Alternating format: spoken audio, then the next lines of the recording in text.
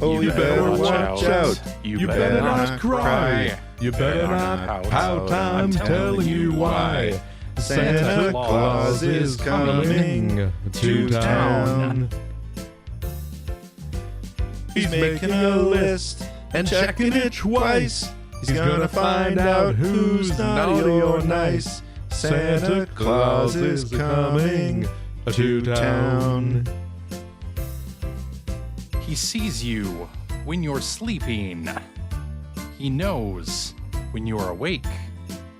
He knows if you've been bad or good, so be good for goodness sake. Oh, you better watch out. You better not cry. You better not pout. I'm telling you why. Santa Claus is coming to town. What's this dude doing? He's making a list and checking it twice. He's gonna find out who's naughty or nice. Santa Claus is coming to town. He sees you when you're sleeping. He knows when you're awake. He knows if you've been bad or good, so be good for goodness sake. Oh, you better watch out. You better not cry. You better not pout. I am telling you why. Santa Claus is coming to town.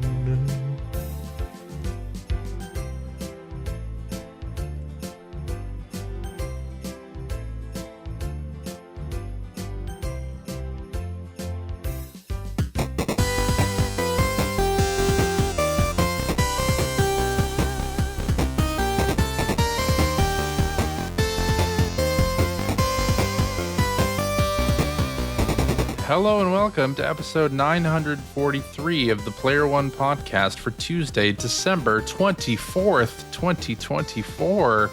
I'm your host, Chris Johnston, and with me, as always, from Canada, is Mr. Greg Seward. Hello. How's it going there, Gregory? It is very snowy here. Is it really? Snowy. We had our first major snowfall of the year, which is a bit early, actually, for like recent years. Not so much from when I was a kid. It used to be pretty snowy into November, but yeah, the last 10, 15, 20 years, not really expecting it until more like January. So it's like the climate's changing or something. Listen, I don't want to listen to your woke hoaxes, okay? What? I just clearly weather patterns. Anyway, Yes. spent a lot of time today removing snow and being cold. Okay. I'm still cold, Well, but I'm here with you you find a guys. You guys blanket. warm me up. Oh, you should find some kind of blanket or warming device. I'm wearing a hoodie. Well, I put that's on a not hoodie. enough. That's enough for now. Okay. Well, and joining me from the great state of Washington, Mr. Phil Theobald. we just have rain right now. Just rain. Yeah. Slightly cool, high 40s rain. Yep. Which Not putting me in a festive mood at all. I like this weather. Yeah. I know a lot of people don't Yeah. like the gloom, the overcast No, I'm not- skies, and the Don't think rain, I'm complaining. the cold rain. I am down for it. I would not be living in the Seattle area if I was not up for gray skies. The gloom. Yeah. But I will say it is, as we are recording, December 21st. Uh-huh. Winter solstice. It is the winter solstice. Yeah. We are a few days away from Christmas. And I'm dreaming. People who are listening to this, the recorded version of this, are still suffering from listening to us sing. They're in Christmas. the throes of Christmas. ecstasy of that's our not a word I would use. golden voices. I'm going to say, I haven't listened to it, by the way. wait, you didn't listen to it? No, I wouldn't. I didn't listen to it. I'll listen to it maybe while editing, but probably not even then. I'm just gonna We'll say. see. I'm just gonna say it's good that one of us was trying. Hey, I tried. Okay. I tried. Okay. I'm not singing. Let me amend that. I spent like 5 minutes editing that. Thank you very good. much. It's good that one of us was succeeding. I was definitely not Wouldn't succeeding. go that far. Just like the ones I used to know. That's not even the song we sang. I know, but I'm I was just singing the now other you're one. just going for extra credit, and it's a little. That's right, I try-hard. am. You're a little bit try hard Hey, right now. hey. Wow. You Don't hope, the kids say I'll that, right? hurry. What the kids say, yeah. You pray, and I'll plan. We'll do what's necessary, 'cause even a miracle needs a hand. Okay, Come on, it's Christmas sure. time. Well, it is. You know? Yeah. I love it. Yeah. Yeah, so what's going on? Things, stuff. Cool. Weather. Hey, you know what I did today? What's happening with it? Yeah, what? Today, earlier this afternoon, before we recorded, I had my chat with Josh Harmon. Oh, who, yeah. Of EGM? Of EGM, specifically the EGM compendium. Yes. The I had a retrospective. I had a nice long chat with Josh for the upcoming book. Was it a one-on-one Just chat? Josh? You weren't in a round table? No, they as he explained to me, I didn't early get on anything. they didn't wanna hammered out be- like a lot of like the second tier people in just like big group sessions. Oh, okay. And then when it was time to talk to the important people from the magazine's history, it was like a kind of a dedicated one-on-one because we want the full experience. We want So it's 2 hours of Yeah. an Independence Day preview? Because you're the real Yes. Ed Semrat. exactly. No, Why it would actually you it be was so mean indeed to just me. Samrad? It was me don't and know. Josh just yakking for, and I had not met Josh personally Uh-huh. before, so this was very nice. He's a very lovely person, Indeed. and I had not either. oh, good. Yeah. But yeah, so I had a nice long chat with him about that. So I'm very excited That's about great. this book and website. Yes. I think me it's gonna be too. a lot of fun stuff in there. So I can't wait. I'm very excited about it.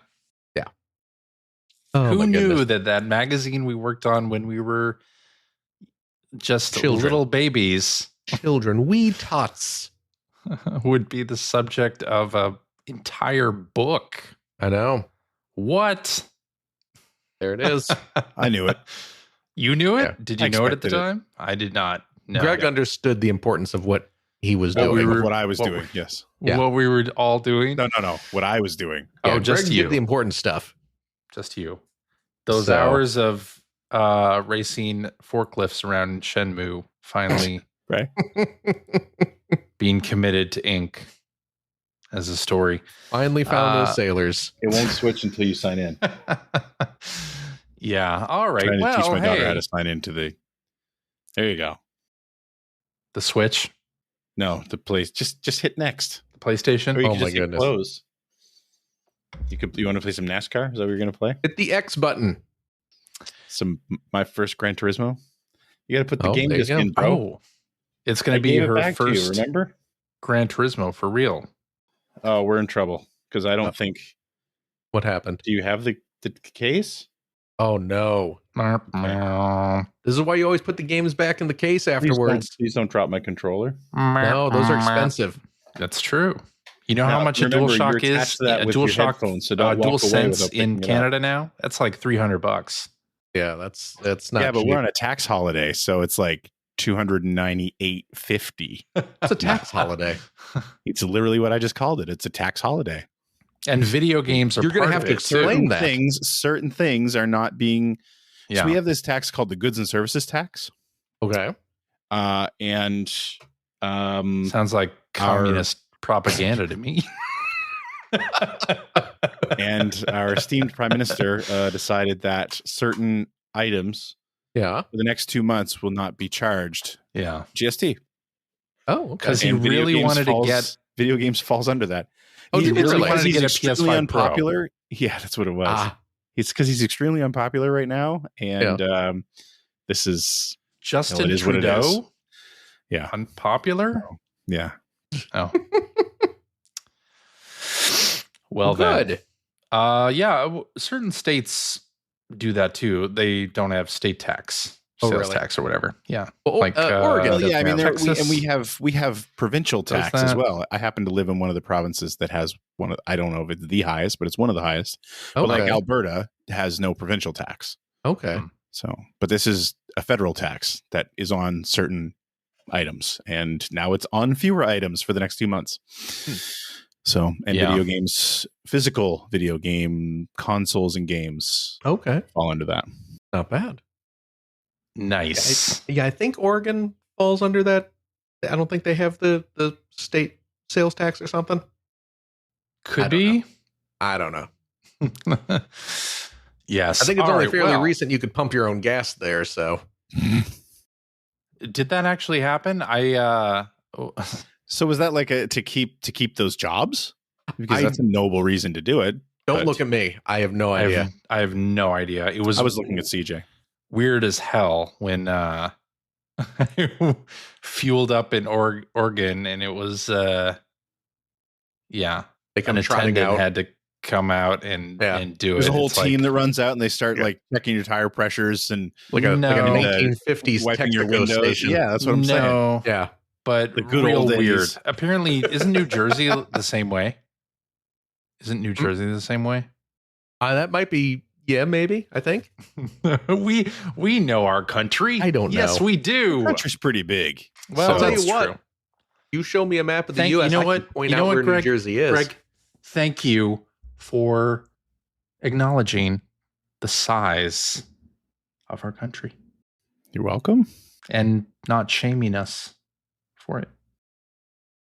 I don't understand where we're going with this. I don't either.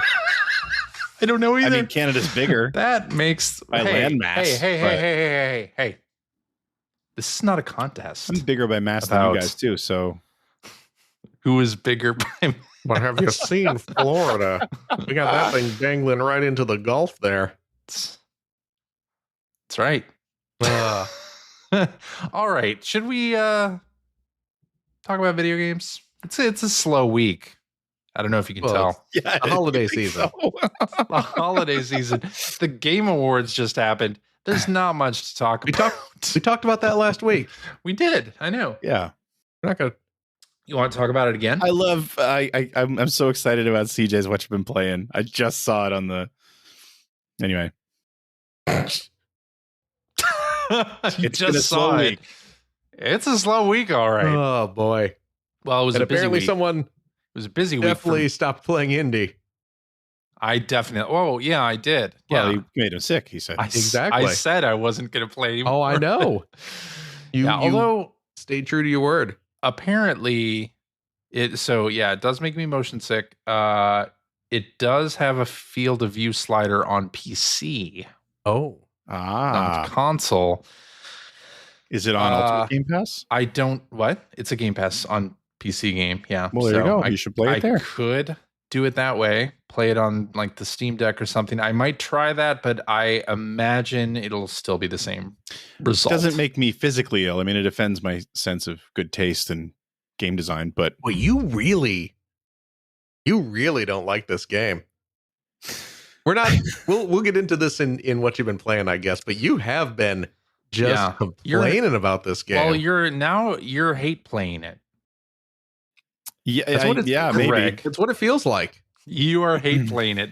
maybe. This kind of starts to feel like our Star Wars Outlaws discussion that week when Greg wasn't here, right? Where Yeah, I remember listening to that. I mean, I agree with everything you guys said about it, but I really should go back to Star Wars Outlaws. I mean, they did update it, they fixed a whole bunch of things with it. but they changed a whole bunch of things. They changed a whole bunch of things. Unfortunately, I'm past the point where the stealth was annoying, so now Yeah. See, I bailed yeah, long It was- before that. So it was really right at the beginning where it sucked the most. Yeah. So, yes, it did. but anyway, Yeah. Let's do some quick video game news here. Okay. So there's going to be a fourth Sonic the Hedgehog movie. To no one's surprise, I would imagine. Yeah. To no one's surprise. Who would have thunk? Greg, back in 1991, when Sonic the Hedgehog first came out, would you have ever thought there would be not one, not two, not three, 4 movies and a television series 30 years later? 30 years later? Not to mention all the animated let you know a stuff little that happened secret. before. I'll let you know a little secret. What? I was 15 in 1991. I wasn't thinking about anything 30 years later. Yeah. No, I wouldn't have, because back then, I mean, video game movies did exist. Yeah. They were pretty universally terrible. Yeah. I did Mario came out in 1991, didn't it? Mario Brothers? I think it did. It was 93. Really? The Mario Brothers movie was 93? I'm pretty sure. Oh, I thought it Here was. we go. Tappa, tappa, tappa. Anyway, I mean, besides that, like, what else was there? There was Someone The Wizard, which was like 1993 on the phone. 1989. Okay. We should So there you have go. So there weren't ChatGPT video- fact check. Video game movies weren't really a thing, not in any major way. So no, I didn't think that at all. The Saturday morning cartoon made sense. Yeah. And I Yes. wasn't surprised to see that because Sonic was super popular. Yeah. But no, so I wouldn't have thought that. And I'll be honest, even when they announced it, I didn't think it was going to be a big enough hit that we're doing like yearly releases at this Well, point. are we talking original Sonic design, or are we talking even after the redesign? When that original Well, I mean, design, when they showed the original Sonic design, I was like, well, that's it. Like, this is going to be absolute trash. this is 'Cause it. at that point, it didn't matter how good the script or anything was, because it looked awful. But Right. Yeah. like, even when it came out, I mean, it was a fun movie. Yeah. I didn't dislike it. I enjoyed it. Yeah. But I've still never seen it's it. like, I can't. You've never seen the Sonic we're movie? Talking about the 4th movie now. Oh No. my gosh. It's fun. It's Yeah, a it's fun a cute sort of movie. turn your brain off and enjoy the references for us oldsters. It's a cute Okay. movie. You know, Eh, yeah. eh. I think the second one, I like the second one better. I think the second one feels more Sonic-y. Feels more Sonic-y.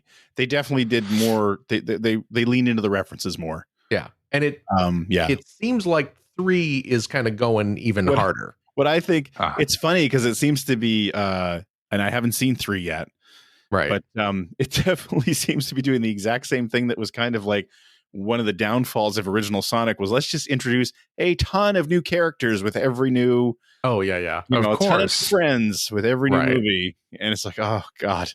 Okay. But yeah, like I enjoyed the first one. I think you're right, Phil. I think the second one was definitely more Sonic-y. Yeah. I still can't believe how Cyclops has not aged. But but yeah, you know, it was a fun movie. But no, I would never have expected that it was No. popular enough that we're You're talking about James the Marsden? 4th movie. Yeah, James Marsden.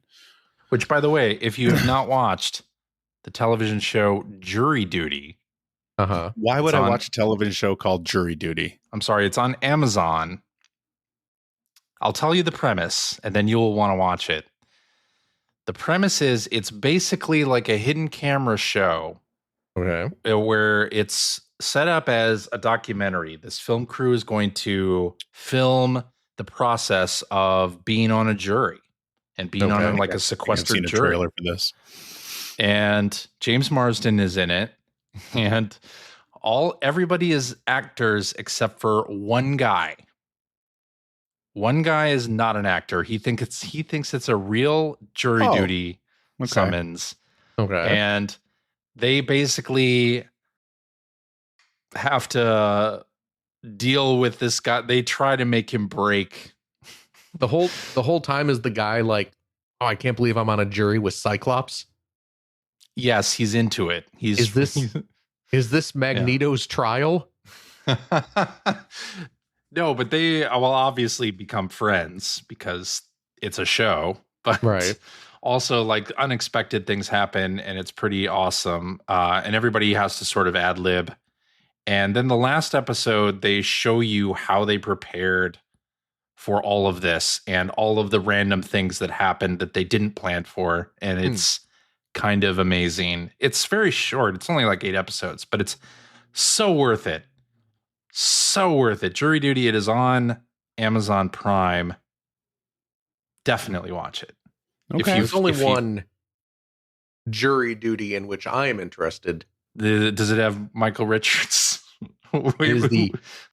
It is the 1995 comedy classic starring Pauly Shore. Pauly Shore. I thought, no, there was Trial and Error, I believe, is the Michael Richards. Yeah, get your courtroom comedies straight there, CJ. Yes. Yes, Jury Duty was a Pauly Shore vehicle. Former guest of the Player One podcast, Pauly Shore. That's He was true. never a guest of the Player One podcast. Yes, he was. Has he been on the show? Has he said Greg. our names? Roll your eyes at the truth, Greg. Yes. That's one of my favorite friend of the show, Pauly Shore. That's one of my favorite things throughout the run of this show was that possibly drunken Pauly Shore stumbling through. Yeah. Yeah. Absolutely great. Anyway, Yeah. 4th Sonic movie. Hopefully, and this is just me personally, hopefully this is when we're going to get the live action debut of Metal Sonic. Oh, I hope. I think that's probably a lock. I hope so. I mean, I understand. yeah. Obviously, Knuckles is going to be in part 2. Of course. I Yeah. can see why. I mean, canonically, it should have been in part 3, but anyway. Oh, we of course. But you know, As the But big who's old got that kind of time? exactly. Has the big old water boss from Sonic Adventure been in the movie? Chaos? We need chaos? So Yeah. I mean, might be in the third one. I don't know. Yeah, I've never seen it. Is Charmy But, B in there? And, you know, I In the understand mix? why they jump straight to Shadow for 3. You got to Yeah, get he's- Shadow. Hedgehog-like. Yeah. Everyone loves Shadow now, so Yeah. It's We because gotta none get- of them were alive when his crappy game came out. that's pretty much it. Yeah. Oh, snap. But hopefully this paves the way and we get Metal Sonic finally. I would hope so. I love that Jim Carrey keeps coming back. Well, what else And does actually- he have to do? Honestly, that was one of the things that I really enjoyed about both the first 2 movies. Yeah. Was because it's been a long time since Jim Carrey was doing like 90s Jim Carrey stuff. You know what Was I mean? funny? Like well, I mean, You can say it. no, You can but say it. but that sounds really mean. And he because he was doing a lot of dramatic stuff. He Well, wasn't right. doing like that's his old, yes. because his career path just went Remember- differently. Remember when So- Tom Hanks used to do funny stuff? I was just gonna say Tom Hanks. Yes. Yeah. It's like early Tom Hanks versus later Tom Hanks. It's the same with Jim Carrey. Yeah. And so it's fun to see him as someone who, I mean, we all were the perfect age for Jim Carrey movies when he first made it big. We all saw, Pet Detective and The Mask and Liar Liar and things Right. like that. It was just fun to see him be that again and do that Yeah. again. And he clearly was having a good time with it, which, a lot of those guys, when they're just sort of having a good time with those roles and chewing up the scenery, they shine. And yeah, I really loved that about the first 2 movies. So There you go. Okay. Let's talk about Pirate Yakuza in Hawaii. now, I 'Cause, didn't hey, see this. We got a new trailer, and I'm not going to play the audio, but it is Okay. for the English dub. Which is of course the important part of this trailer. I know. Why are Kind we of the whole watching point it? is that it's, Because I, it's the I don't English know. dub. It's the English dub. Yeah, Now, but As I have explained, I play all these games in Japanese. that's right. I mean, You do. I I No. have played them so far in English, except for the man who erased his name. okay. Yeah. Yeah, I as much as I will watch anime dubbed Yakuza Yeah. in English just feels wrong to me, so I've just always played them in Japanese. Yeah. I want to draw your attention Uh-huh. to the leopard print hull. Well, I mean, in this trailer. I Look would at expect the no patterns less here. There's from Goro wood, Majima. wood, blue wood, and leopard print. Yeah. Blue wood. Yes, I guess it's aquamarine, but you know, Might actually be painted. I might understand be you can paint. apply paint to wood Well, to you're change right. its color sometimes. You're right. Yeah. But I watched this trailer. The one thing that I was very pleased about is the ship battling. Yep. It does appear like there's going to be an arena CJ's in. with just ship battling. So I think I might be in. Plus it just, looks like it's going to be a lot of fun. Yeah. And zany is all get out. So, Somewhat I think I'm in. uncharacteristic for this series. I know, right? Yeah. Yeah. And I need to get back to Infinite Wealth. You'll never get back to Infinite Wealth. I watched this trailer and I was like, you know what? I need to get back to Infinite Wealth. Correct me if I'm wrong, but in your playthrough of Infinite Wealth, have you not arrived in Hawaii yet? I am in Hawaii. Yes. Okay, you did get to Hawaii. I'm in Hawaii. Yeah. Okay. Yeah. Well, and I'll be in Hawaii again when Pirate Yakuza in Hawaii comes out. that is true. February It's right there 21st. in the title. Yeah, it is. You're going to be in Hawaii. It's right there. Ugh. And I'm looking forward to it. All right. Tetris Forever. There's been an update. And they've added Welltris. I got to update that. That's good. I'm glad that that's happening. And now they just have like 6 other games to add. Well, they've said that they're going to be adding new stuff, right? That's awesome. In the upcoming year. So, yeah. But the Welltris is one of the ones I called out that really felt like it was missing. Yeah. Just because it's, such a interesting, different take on it. And that they actually do spend time talking about it. And then it's like, it's nowhere to be seen. Yeah. So that's great. That's awesome that it's there. I love it. Now it's there. Agreed. So, Greg, you can shut your mouth. Nope. Oh, my goodness. That doesn't seem like something I do. Holy cow. Clearly, Digital Eclipse did this just to satisfy. I would hope so. Yeah. Speaking of Digital Eclipse and updating their games. Yeah. I mentioned, I think last week, that I very briefly started playing that Power Ranger game that they did. Mm-hmm. They just put out an update for that. Mm-hmm. That fixes some balance issues. I think makes a few things easier. I think they're adding like the online play. Yeah. But I don't believe I think all the versions have been updated except for the Switch one, which is of course the one I got.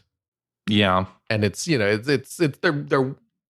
update's done. They're just waiting for it to get approved and pushed live. So I'm kind of patiently waiting for that to get updated so I can sort of start that in earnest now. I see. Okay. Hopefully that goes through soon because I do want to try that game out. I also want to call out that I think it was Micah that posted this, but that they won Developer of the Year from VideoGamesChronicle.com. That's right. Ooh, that's awesome. Yeah. Well deserved. Yeah. Definitely well deserved. Yeah. Yeah.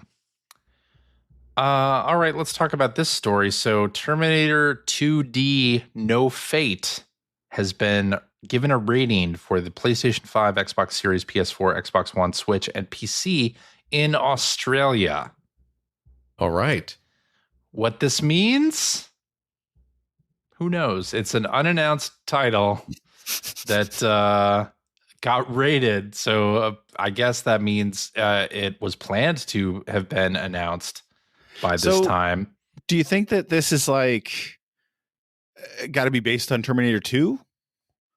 I think so. No Yeah. Fate makes me feel The like No it's got to be Fate- a Terminator 2 thing. Right. Yeah, and I mean, 2D. Terminator 2D, does that mean it's a side-scrolling action game or some kind of flat experience? So Yeah. have you guys ever played? Because this is the same company that released the last 3D shooter. Yeah, an FPS Terminator Resistance. Terminator Resistance. I've never played. Yeah. I've never played that. Never one. played it Are they either. the I've people always who meant did the to. RoboCop? I don't think so. Reef No? Entertainment. So I looked through some of these stories on Gematsu, and it didn't come up with any of the RoboCop stuff. But that was my thought as well. I thought they had done. Man, I really wanted RoboCop. to like that RoboCop game.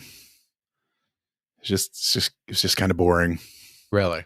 Yeah. I kind of drifted away from it as well. I'd like to go back to it at some point. Yeah, I mean, I think they got it right. I think the atmosphere was good and Right. the gameplay made sense, but it just kind of like I just don't feel like I'm doing really much around here. Like, Yeah. I don't know. Yeah. So maybe a two-dimensional Terminator game. Maybe.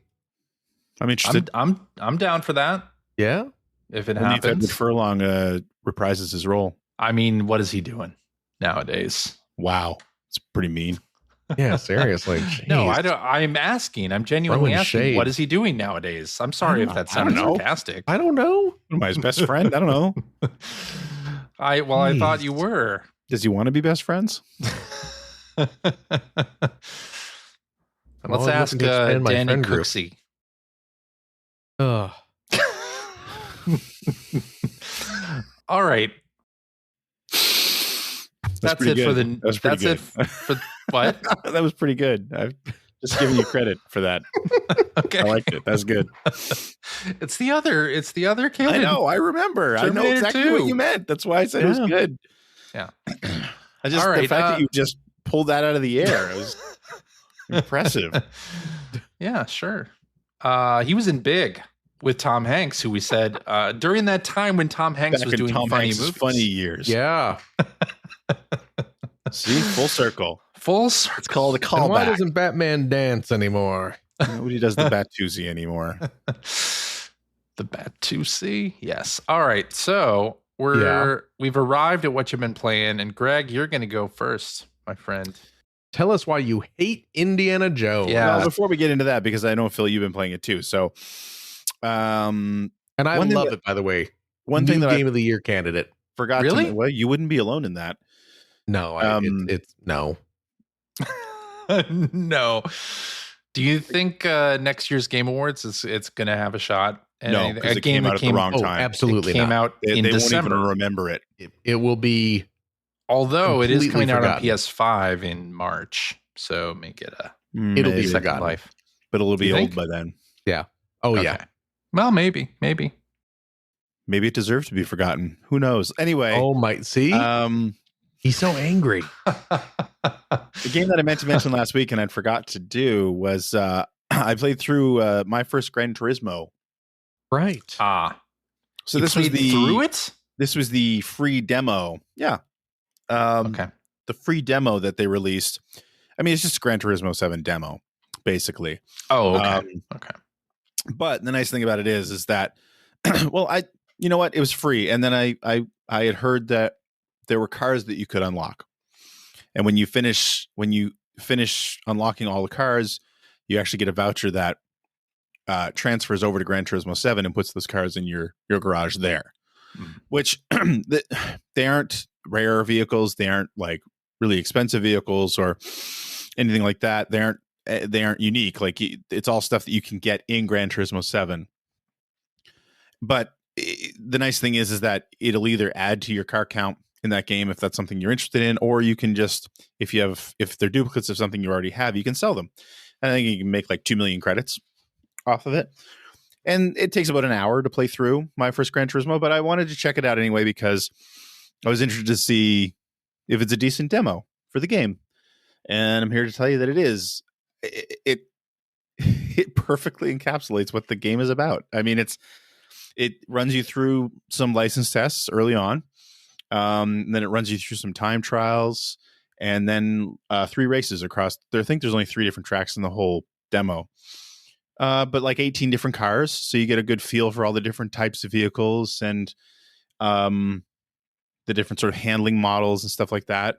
It really tries hard to get you started using a lot of the assists, like the braking zones and the driving line and stuff like that. And it is a really, really good cross section of what you will get if you buy Gran Turismo 7. So it's kind of cool to see. And again, it was just kind of fun to play through and unlock all these cars and then take them over to my main garage. So if you've ever been kind of curious about GT7, this is free. And it, like I said, if you want to be completionist about it, it takes about an hour to get through. It's not difficult. And then if you do decide to jump into Gran Turismo 7, you've got 18 cars unlocked already. So yeah, overall, I really enjoyed it. I thought it was cool. I'm going to say this. The name, it's a weird name, right? Gran Turismo. It's very weird. It puts me in the mindset, and this would actually be wonderful. It makes me think that it's a racing game where all the cars are like the little red Little Tykes Mini Coupe with like the yellow roof, or like big wheels, or like Power Wheel type stuff. Fisher Price. It feels like it should be a Motor Tune GP sequel. That's what I'm expecting. Something along those lines. Yeah. Yeah. When I hear My First Gran Turismo, why I'm always didn't a little disappointed. Somebody tell Kazunori. I don't think anyone tells him what to do. Well, I think you're right. Nobody told George Lucas what to do, and we got the prequels. So yeah, maybe it's time for someone to step in and say, let's put the Little Tykes Mini Coupe First Gear. It's right there. Oh, it's right there. Twisted Metal Small Brawl. Oh God, kind of thing. People really liked that game. Well, that was actually developed by the original. Greg, let me ask you something. What people liked that? I just remember that getting really positive reviews. All right, name a person. Oh God, what is Phil up with Theobald? There you go, Phil Theobald. Because did you really? That was the whole thing. You liked it? Oh, yes. Because it was made by Single Track. Because were they still Single Track at that point?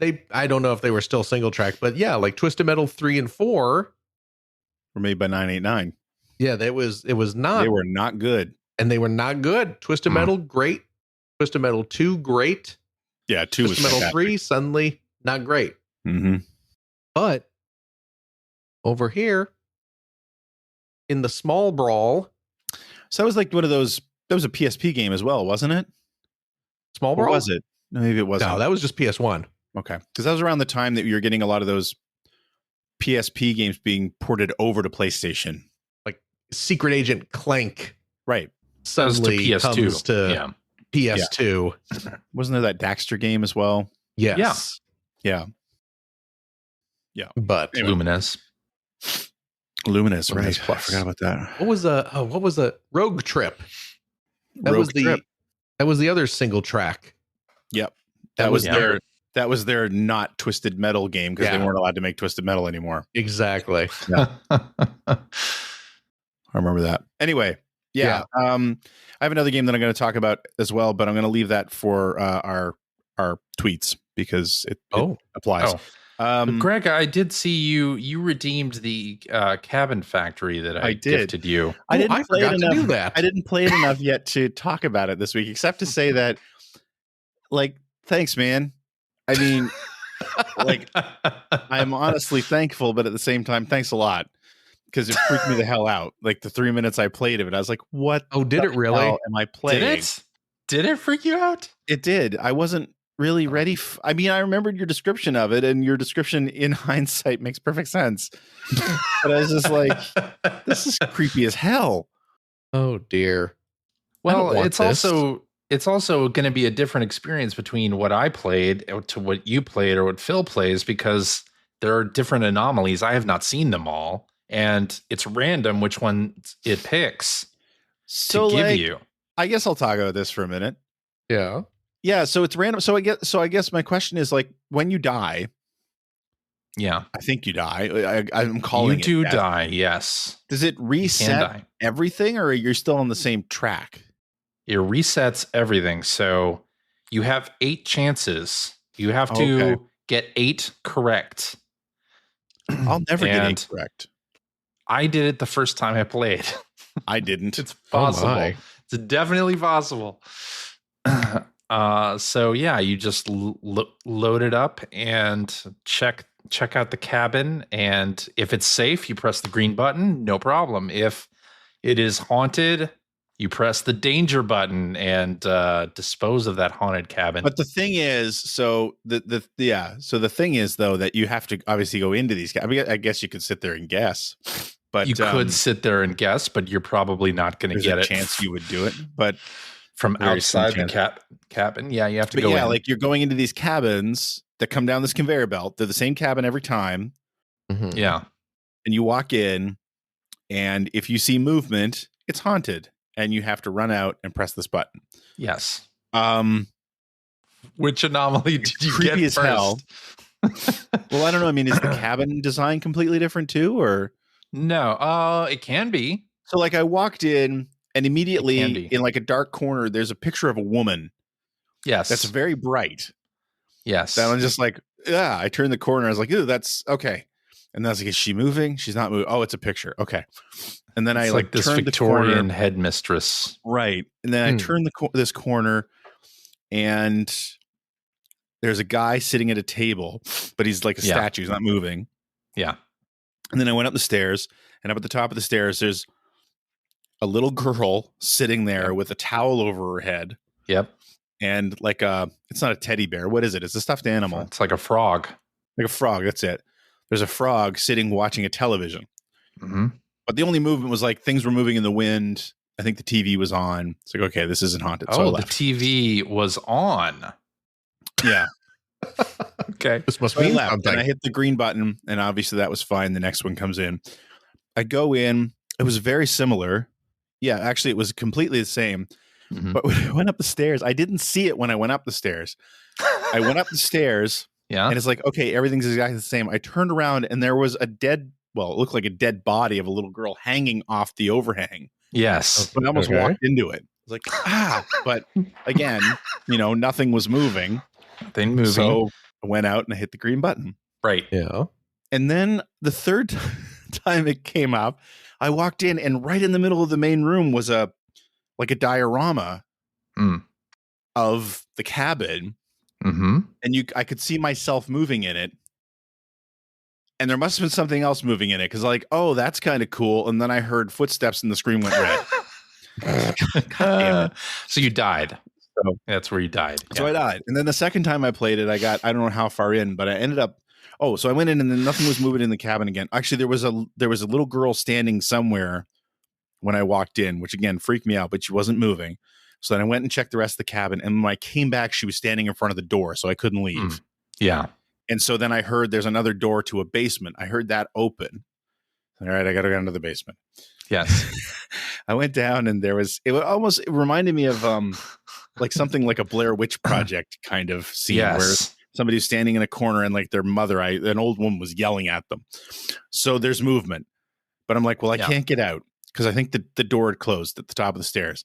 So I ran into a bathroom and closed the door, and it was so freaky because I looked in the mirror and I'm the little girl. And then there's like this whole flashback sequence where there's somebody pounding on the bathroom door and yelling at me. And then the door opened, and the old woman started walking towards me like, well, I don't know what to do. And she just walked over to me and killed me. So run. And that was when I stopped. Here's a pro tip. Freaky. Pro tip, Greg.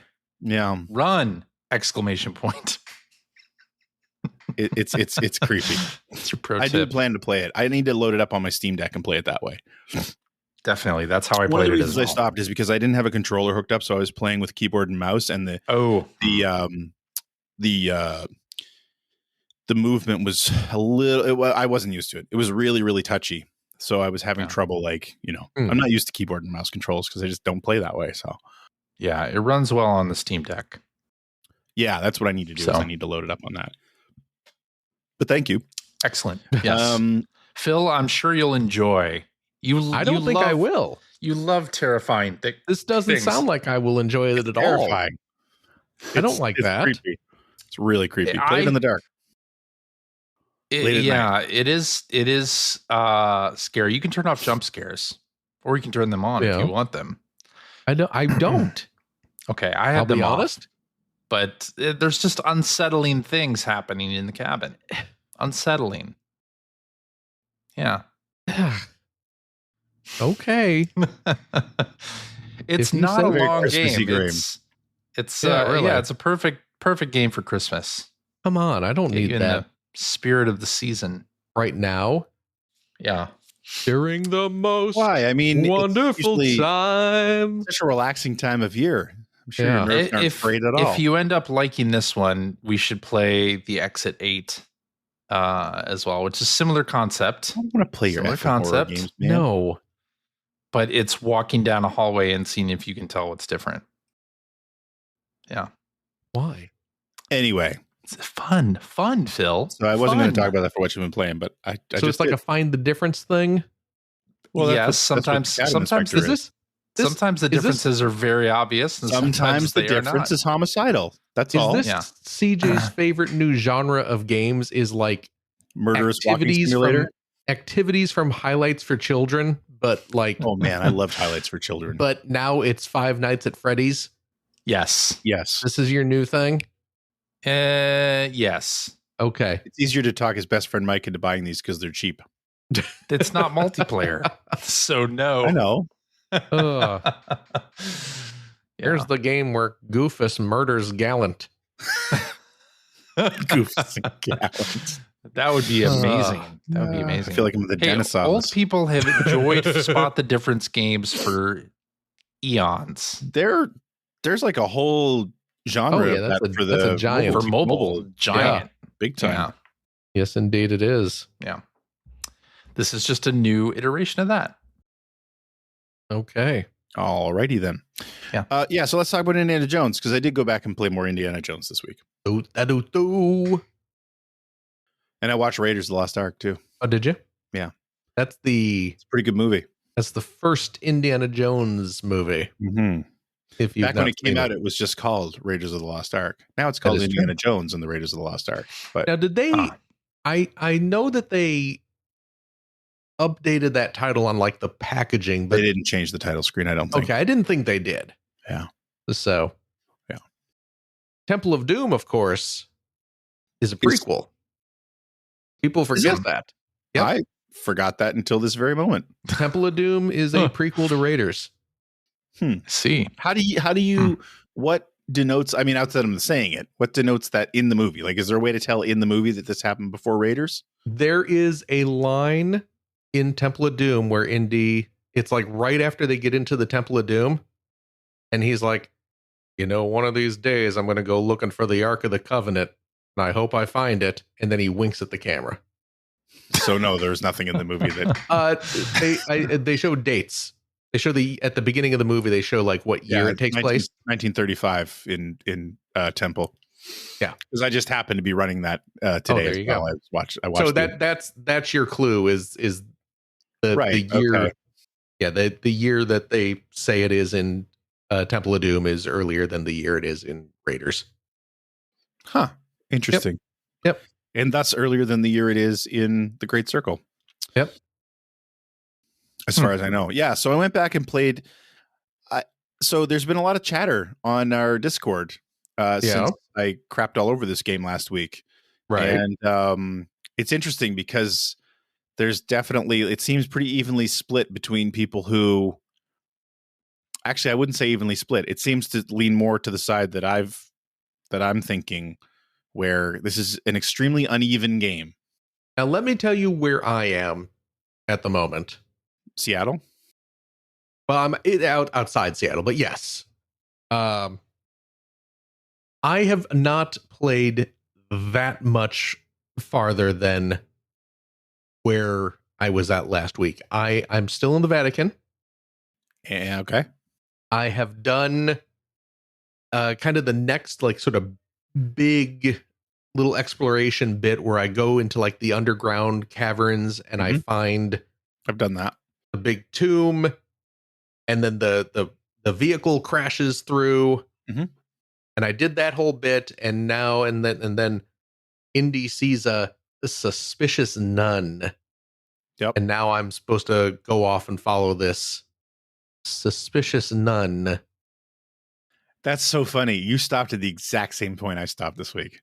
That is literally the last thing I saw. Wait, really? So before I turned it off, you and I have gone the exact same distance? Yes. Oh, see, the way you were talking, I thought you were well past where I'm at. Oh. Oh my goodness. Yeah. You don't like this game. I don't. Because I'll say this. I'm not disliking it. I'm actually kind of digging it. But admittedly, I'm not like rushing back to it. You know what I mean? So that's kind of where I'm at now. So I'll just go back and sort of describe how I got to where I am. I'm stunned that I am just as far as you. So I didn't pick it up for quite a while. Okay. Because of exactly what you just said. Yeah.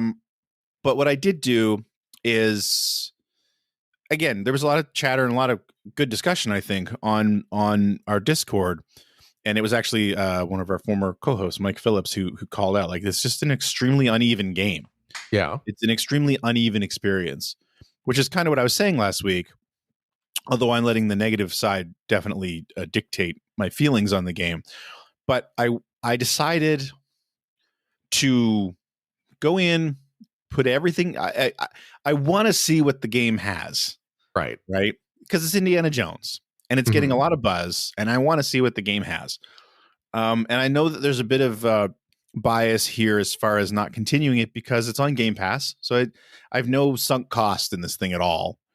So I don't feel compelled to keep playing even if I'm a little bit annoyed. You know what I mean? Like, right. It's really easy to put down Game Pass games at the slightest annoyance. Yeah.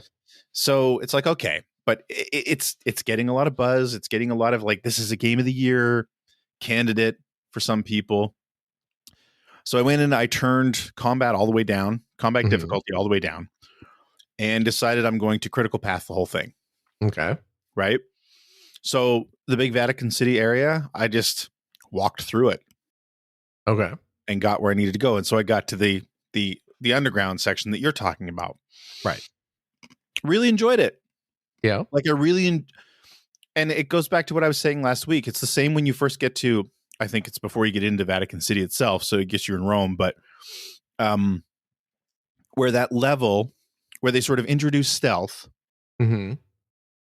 it's linear-ish. Yeah. In that it's kind of like there's point A to point B. That's where you're going, but you've probably got 3 different intertwining paths that you can take to get there.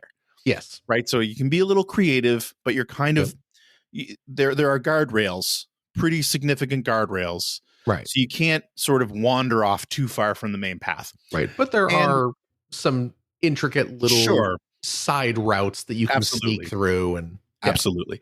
Which I said last week I really enjoyed. I loved it. And that's what this underground level was like as well. Right. And it was very Indiana Jones. You know, the consecrated wine puzzle was kind of lame. Actually, I'm curious. So there's a puzzle, and Phil will know what I'm talking about. See, there you go.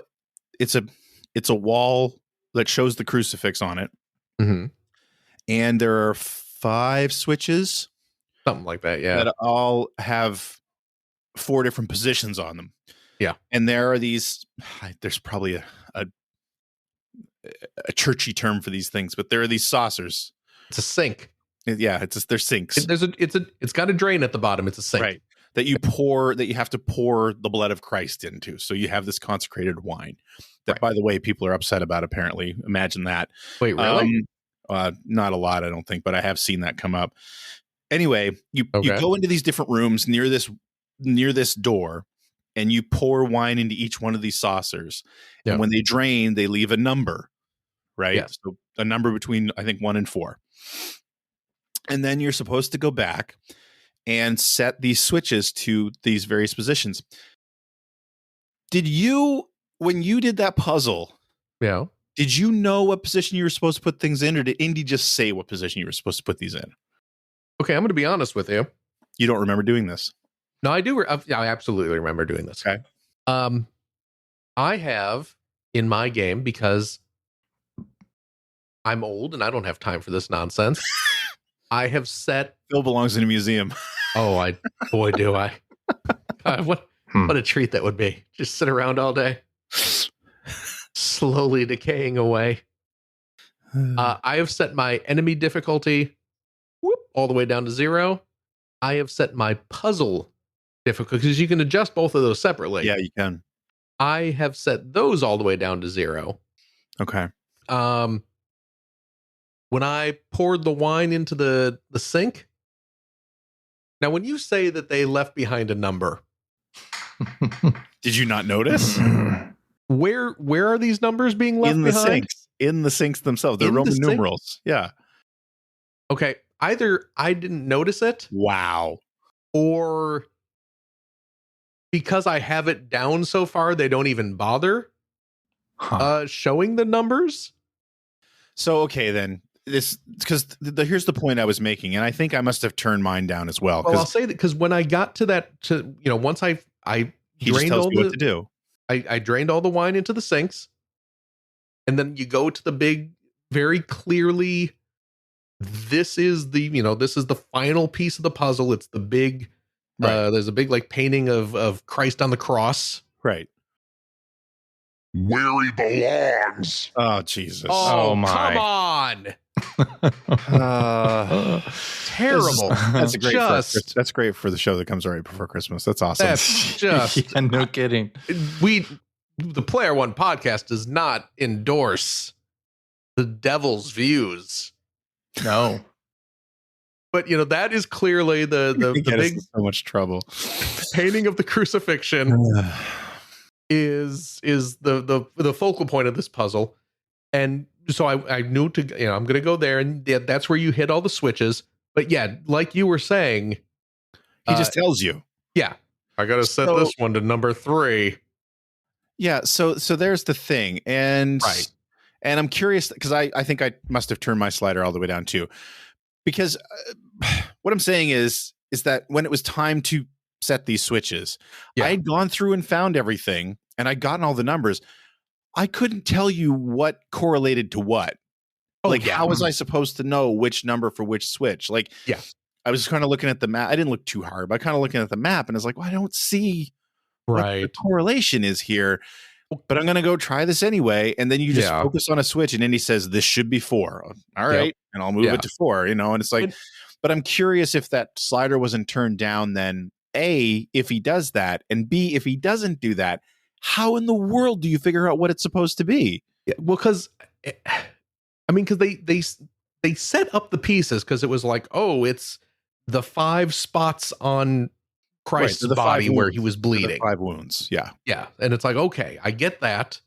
So but I don't remember each of the bowls. There must have been hints somewhere that said this is his left hand. This is his right hand. This is his right foot. And this is his crown, that sort of thing. Stabbed on the side or something, maybe. I don't remember if that was the crown. I haven't been to church in 30 years, but exactly. Anyway.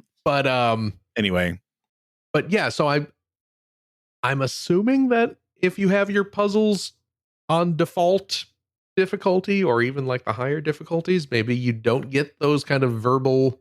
Maybe not. Yeah. Anyway, so there's a bit of an aside there, but just saying, and then you get through that door and you go into this room, and it's this big open room. Oh yeah, with a tomb in it that looks very, very similar to the tomb in Last Crusade. Yes. Right. And the torches light up, and he's even in awe. It's like, this is incredible. And then there's a slight puzzle you have to solve in there to open the tomb. It's very Indiana Jones. Yes. And then, like you said, the construction vehicle bursts through with the fascists, and you have to escape this thing. And then you're going through this, again, linear but not super linear section where you're stealthing your way through a bunch of fascists who are looking for you. And, it's cool. I really enjoyed it a lot. Yeah. And although I will say that final room, I snuck my way to the end, and then it's a bunch of guys were standing there between me and the exit, and I didn't want to deal with them. So I just ran past them. Oh, okay. And jumped up, and they couldn't do a thing about it. So, although it's funny because I did that in Vatican City once as well, where somebody noticed me, and I just kind of kept walking and ignoring them. And for 10 minutes, I was still getting audio cues that he could see me, or that he knew where I was, or that he couldn't find me. And it's the game is buggy. I had And real quick, by the way, in our chat, people are like responding about like, yeah, they so highlight correlation. Yeah, they highlight where they are. So I just wasn't paying close enough attention because I don't care.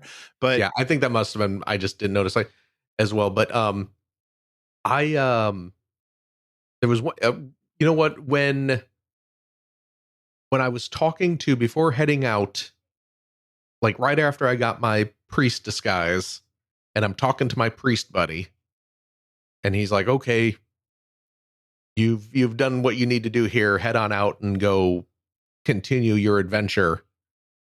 I left the room, I left the building that he was in, and for about 2 or 3 minutes after I left, he was still talking to you? He was still talking to me, and like the subtitles would come up just like, oh, there's nothing for you to do around here. Why don't you leave, Indy? And I'm just like, well, I left you like 3 minutes ago, my friend. It's buggy. Yeah. Anyway, so just to say, yes, in those moments, yeah, I'm really enjoying it. They're capturing sort of the Indiana Jones feel. Yeah. And I like it a lot. Yes. Absolutely. But that goes back to the previous complaint, is that the pacing is all over the place in that game. And I feel like it doesn't really know what it wants to be. And I feel like what seems to happen so many times in open world games is that it's almost like there's a checklist that needs, it's like, well, we got to have these side quests, and you got to go find these little doodads and whatchamithingits, and like for no good reason. And there was somebody in our Discord that was talking about this. I think it might have been Jordan, I'm not sure, about a puzzle that they came across late in the game, where it was like a chest or something that, some treasure, some side quest that you had to go back to previous open world areas and do different tasks. Oh. And I seem to remember them saying something along the lines of like, well, this must be pretty significant, right? Because this is a big ask. Yeah. So they went and did it and got the chest unlocked, and it was the same old generic stone piece of nothing that just earns you some points towards upgrading your abilities. And it's like, well, it's like, and to me, that really encapsulates what's wrong with the whole open world sections in this game. And I say all that knowing that there are people who really dig that stuff. There's a guy that I chat with about games at work all the time who loves this stuff. Oh yeah. And I just like, maybe all I can think of is like that Principal Skinner meme where it's like, is it me? Am I out of touch? No, it's the children who are wrong. But for me, it's just the most mind-numbing game design. Yeah. That's sucks because it's bookended by stuff that I really enjoy. So I'm gonna keep pushing. Yeah. But I'm critical pathing it. So sorry, I'm just looking at Bill's comment. You're not wrong. I've certainly found a couple myself, Bill. Yeah, they do look like stone dildos. He's absolutely right. Yeah. Yeah. They really do. Because I'm looking at it like, what could this even be? What is this for? Oh, we know. Yeah. I did. Anyway, you know what? There was a kind of a cute, I got a few little bonus upgrade points or something shortly after you get your camera. And tell me if you encountered this. When I got the camera, and you got to go back and talk to your priest buddy. You got to take 3 pictures first, but yeah. Yes, you got to take some pictures.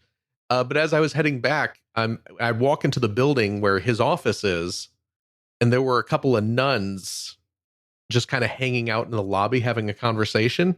Did you see this? I think so.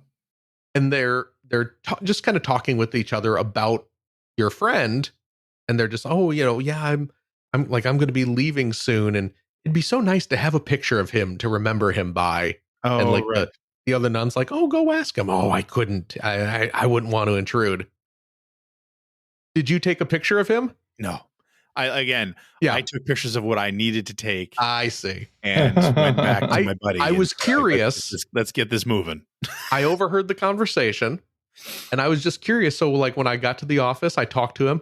And then at one point I pulled out my camera, and he's like, oh, there's better things to take pictures of than me. And he's, mm-hmm. but I took a picture of him, And then when I was leaving the building, I'm going back downstairs and I pass by them again and I walk over to the nuns and a little prompt comes up that says, give a picture.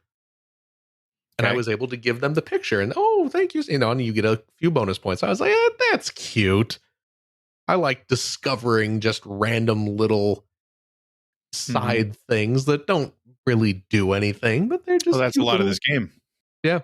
But it's a cute little immersive bit. I thought that was cute. So, I feel like that level loses sight of the fact that you're chasing this giant that stole something.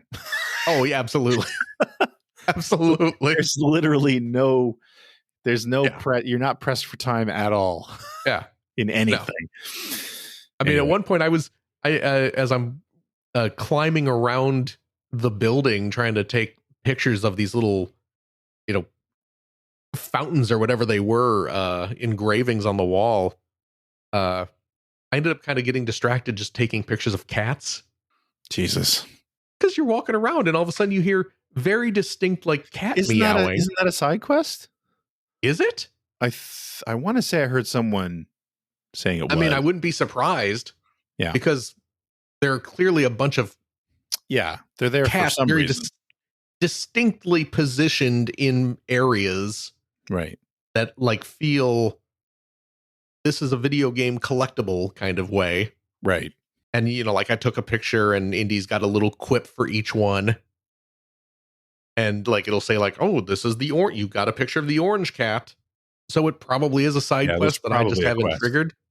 Yeah. But who cares? Some giant stealing your school's artifacts. I got pictures of cute kitties to. It's very Shenmue. Yeah. I got to figure out who killed my father, but man, I really would like to have all these capsule toys. Nobody knew that Indiana Jones invented lolcats. Anyway, that's not all I've been playing, but the last thing I'm going to talk about when we get to tweets. Okay. Phil. Yeah? What have you been playing? Well, I played a little Indiana Jones in the Great Circle. Oh, let's talk about that for half an hour. So, we already did that. You are Indiana Jones, world famous archaeologist, explorer, adventurer, professor, fortune and glory, baby, and friend. So I've been playing a bit of that. I also installed and tried out on my PlayStation 5 this week. A game I've been hearing some positive buzz about. I know some people who have started playing it, and I was like, I'm going to give this a try to see what all the hubbub is about. I installed Infinity Nikki.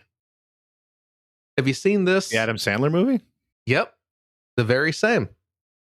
This is the sequel, though.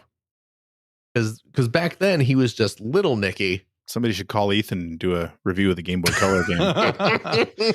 He did review the first one, right? Yeah. Yes. Yeah. From the fine folks who brought you Tetris Forever. The little Nicky game. People don't remember that. That was a Digital Eclipse joint. There were some dark years for Digital Eclipse. That game, you know what? That game might have been okay. Ethan liked it. I think I remember Ethan liking it.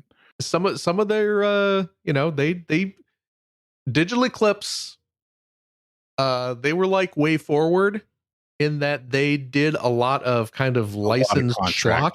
Yeah. But they kind of put their whole heart into it and you'd get some surprisingly decent games out of it. So the little Nicky game might actually I don't think I've ever played it. Ethan gave it an 8.5. I'm looking at there the review go. right now. There you go. Not that has anything to do with the game you're talking about, but he gave it an 8.5. Maybe that's our next game club is Little Nicky for Game Boy Color. Probably not. But I tried out this Infinite Nicky. That's what it's called, right? Infinity Nikki. Infinity Nikki, which is a free-to-play kind of action RPG type thing. Mm-hmm. the gimmick is that you're this anime girl, and you get powers and abilities based on the pretty outfits that you wear. Oh, like real life. Yes. And it's total like gotcha type waifu stuff. You know what I mean? It's that kind of thing. So I played a bit of it, and the game was actually pretty fun. Like I was kind of digging the gameplay. You know, it's like it controls well. It gave me kind of an ease vibe. Just in terms of just the world and the gameplay. It's beautiful looking. It's a real pretty game. It's got a really nice kind of chill, mellow vibe. I was just kind of enjoying hanging around in this very tranquil fantasy world, doing some light platforming and things like that, battling some monsters. And then but then I started looking into like, okay, well, I need to start, because they start introducing the gotcha mechanics, because that's where the money is made. And it turned into like 45 minutes of me just wading through menus, trying to figure out the 20 different types of currency, trying to figure out, here are the outfits that you can get, and there are only some that are a limited time only, and you gotta have you get 3 free polls to get parts of an outfit, and you don't just get the outfit, you gotta get like all the you got the shoes and the bracelets and the earrings, and you have to collect all of them before you unlock the full outfit to get the powers you want. Suddenly, and I'm just like, it's the McDonald's Monopoly game, but yeah. And I was just like, oh boy, just charge me $60. Yeah, right. And that's not how these games work, Phil. And that's not how they work, and I get it. No. But I was really wishing it would, because I was, I was like, yeah, I'm digging a pretty outfit, Yeah. It lets me fly through the air or whatever. Just let me do that. But so I can't imagine I'm going to be dedicating much more of my time to Infinity, Nikki. Phil, what prompted you to play this again? Just there was so much positive buzz about it to you, or what's it was free and you're like, I'm just gonna try it. It was I was hearing so much positive buzz about it. Yeah, it looked really nice in the screenshots. I heard the gameplay was fun, which it is. Yeah. And it was free. So I was like, should have been your first concern. I'll give it a go. Well, it's like any of those Hoyoverse games, right? Like those are also free, but I knew it was going to be a gotcha nightmare. But I was like, you know what? Maybe I can kind of figure it out, wade my way through it. But I was overwhelmed by, once you hit the point where they start introducing that element to it, I was just like, I'm too old. I'm too old to understand this stuff. Where's my Pac-Man? I understood Pac-Man. Of course, then they made Pac-Man all scary and goth. Did you see the trailer? Maybe I don't understand Pac-Man anymore either. Yeah. I think maybe. Speaking of that secret level show. Yes. Speaking of that, I did not watch the Pac-Man episode. Oh, yeah. But I did watch. Seen this all over the internet this week. I did watch the Mega Man episode. Which they claim is 9 minutes. But I believe once you take out the opening sequence, the title sequence for the secret level show, And once you take out the closing credits, I think it actually clocks in at a little under 5 minutes of the actual Mega Man short. I really liked it. It does feel like the cold open to a show that never actually happens, because it ends like right where you would expect the title sequence to kick in. But then it's just like, that's it. Goodbye. Thanks for showing up. But so I thought it was neat, but ultimately disappointed that that's it. So, but that's the only one of those secret level things that I've watched. And I'm assuming neither of you have watched any of them. I have not. I don't know what we're talking about. That secret level it is show, Amazon Prime. At least here in the States, it's that anthology show that has like the Concord. There's like a Concord episode and the spooky Pac-Man episode, and nope. What is there? Warhammer and D&D, and seems like something I should see if I can go find. I'm shocked that you don't know what we're talking about.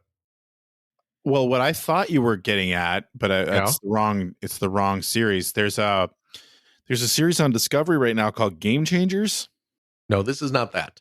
Okay, well, but the reason I thought this might be what you're talking about, because I haven't seen that either, because I don't have Discovery, but they did an episode about, I think, Donkey Kong. Okay. And they're the same people that did Toys That Made Us. It's the same production group. Right. Anyway, so I don't know if you ever heard of Kate Willard. She's a gaming historian. Okay. Does really great stuff on YouTube. Really great stuff. And at one point, she covered sort of the origins of Donkey Kong and its connection to Popeye, because Nintendo had the Popeye license, and how Donkey Kong sort of started life as a Popeye game. And one of the things that she actually did, which was really interesting, was she made I heard about Popeye sprites. Yeah. That, it's like this, what they might have looked like had Donkey Kong remained a Popeye game. It looks kind of like the Donkey Kong sprite, but it's Bluto. But it's Bluto, right? Right. Anyway, so I believe she made these herself, or she had someone made them. Anyway, they used these in a Game Changers episode and did not credit certainly with credit. Did not credit her. And apparently she's claiming that they used some stuff that she had scanned as well that was also not credited, which is apparently not the first time that they've done this. Because they also did a thing about like Disney Imagineering, and they got called on using content that was without giving credit in that as well. Oh dear! It also makes me want to go see that that series. But anyway, that's what I thought you were getting at. That's why I said, I was. It's on Amazon Prime here in the US. I don't know where it is in Canada, but it is and it's called what? Secret Level. Secret Level. It's an anthology series of short animated films ranging in length from like 5 minutes to half an hour. And I think there's like a God of War one, right? Yeah, it's on here. Yeah. Interesting. So I'll take a look at that. Yes. And that whole what's the spooky Pac-Man game called? I will not play this 2025. Couldn't tell you. Yeah. Pac-Man Act Zero. It has an actual name. I don't remember what it is, but it doesn't have the name Pac-Man in it, but no. I don't think it does. Yeah. No. Like Twisted Shadows or something stupid like that. Sounds like it should be a Radiohead song title. I say that about all Pac-Man games, though. Professor Pac-Man sounds like it should be a Radiohead song. It's fair. Yeah. But the Mega Man one was really cute, and I did enjoy it. But yeah, it stops right when you expect it to start, and that's it. There you go. But yeah, that was one of the big like kind of moments. Was when they first announced that series, they revealed that one of the games that they were going to be adapting was Conquered. Is it Concord or it's Concord, right? Concord. Yeah. I'm saying it like the city in California. Yeah. That I used to live near. Concord. But Concord, they like did the jet. They did a Concord episode. I've heard that episode is quite good. I've heard that as well. I need to sit down and watch it. Yeah. But then, not too long after they announced they were doing that, they announced the game was going away. So everyone was like, oh, are they going to pull that episode? Yeah. I'm surprised you haven't watched it yet, CJ. You're such a big Concord fan. I have not watched it yet. Yeah. I will get right on that. Expanding the lore. Man, Yeah. I know that's what you're all about. Oh, you know it. Yeah. Yeah. With any game that I play, I want to know all the things about the lore. Absolutely. No. Anyway. Okay. Oh boy, speaking of lore I don't care about, as I'm wandering around in Infinity Nikki, I'm finding all these like letters and tablets and things, and I click on them and it brings up like a paragraph of some anime nonsense, and I'm not reading this. No. I don't care.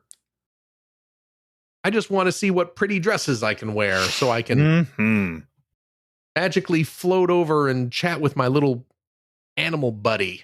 I feel pretty. Oh my gosh. Anyway, last thing I've been playing this week. Speaking of needing to revert back to old games because I don't understand today's modern games. Yeah. I've been playing the Taito Egret II Mini Arcade Memories 3, which is, if you remember... So is that the thing on the shelf behind you? Yeah, you may notice. Whoop, whoop, yeah. Right behind me, there are a couple tiny Japanese arcade cabinets. The one in the back that has the green joystick is the Sega Astro City. Mm-hmm. The closer one, I grab it here. Unplug it. There we go. This is the Taito Egret II Mini, which originally, let's see if I can get it off. Originally, stock looks like that. But recently, over in this device's home country of Japan, they released this little add-on pedestal. Okay. It's just like a little coin case. Okay. And you can see the Sega Astro City has the same deal on it. And you just clip it to the bottom of this to give it a stand to make it look more... That's cool. Authentically like a Japanese arcade machine. Awesome. And it's got a little coin slot in there. So you can, if you got your 100 yen pieces, you can pop them in there. And it has a little door on the back, which conveniently holds one of the spare controllers. That's so awesome. You can play using a standard gamepad as opposed to the little... There we go. The standard joystick and buttons on the machine itself. And this does have an HDMI out, so you can hook it up to your TV. Nice. And play it that way as well. But so this thing has, I forget exactly how many games built into it. Obviously old Taito games. But for the past few years, they've been releasing add-on cards. They're on... I had no idea this was a thing they were doing. Oh yeah. There are 3 volumes. The 3rd volume just came out, and it was included with the little pedestal stand, and it's just an SD card. There is a little SD slot right on the side of the machine that you pop that into, and it adds 10 new games to the device. And nice. I ordered that, and it arrived from Amazon Japan. And let's see, what is the list of games on here? And the thing is with with this Taito Egret and its expansion packs. A lot of these games I have never heard of. Yeah, that's kind of was my thing with that in the first place, was that, the Sega one I could justify because it's Sega. Right. The Taito one, I wanted one, but at the same time, I was like, that the game collection, I'm sure they're all good, but they just aren't games I cared all that much about. Right. And it's just one of those things where it's like, I'm curious to see what are some of these games that I've never heard of. Now, certainly some of these you will have heard of. Mr. Do. Of course, we all know Mr. Do. There's one called, I don't know if it's pronounced Rumba, or I guess it'd be Roomba if we're going with the Japanese pronunciation. Roomba Lumber. Okay. Metal Soldier Isaac 2. Wiz, which I'm assuming is short for like wizard and not urination, because you play a wizard in that game. That seems to track, yeah. Who is constantly urinating, so I don't know. Weird. Extermination? I don't know almost. Since Mr. Do, I have not recognized any of these titles. Dr. Topel Tekentai? Top Landing, Aquajack, Galactic Storm, and Akinvader, which was released over here as Space Invaders 95, Attack of the Lunar Loonies. Oh. It's kind of like that one I'd actually played, like that one I'd played before, and it's kind of like Space Invaders Parodius. Okay. Is what that is. And it's great. It's a lot of fun. Obviously I was a big Mr. Do fan back in the day, so I wanted Mr. Do, but again, I wanted to see what all these other games were. I've so far spent most of my time playing Mr. Do, playing Akinvader / Space Invaders 95. I'll tell you what though. Galactic Storm, which is a game I have never heard of. It's a super generic title, but holy crap. This is a 1992 arcade game. And it's it's not technically super scalar, because that was like kind of Sega's sort of, was that like a proprietary term? I don't know. With Sega, probably.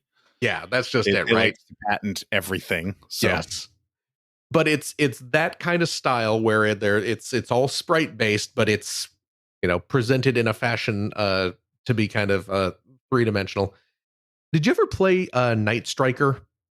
Yep. I figured you did, because they ported that to Sega CD, right? Yep. Okay. So it is, I don't know if it's like technically like a spiritual sequel or a successor to that, but it's that kind of game. You're in a spaceship though, and it's like a space shooting game. Okay. So it's kind of like Galactic Attack, not Galactic Attack, Galaxy Force, like along those lines. Yes.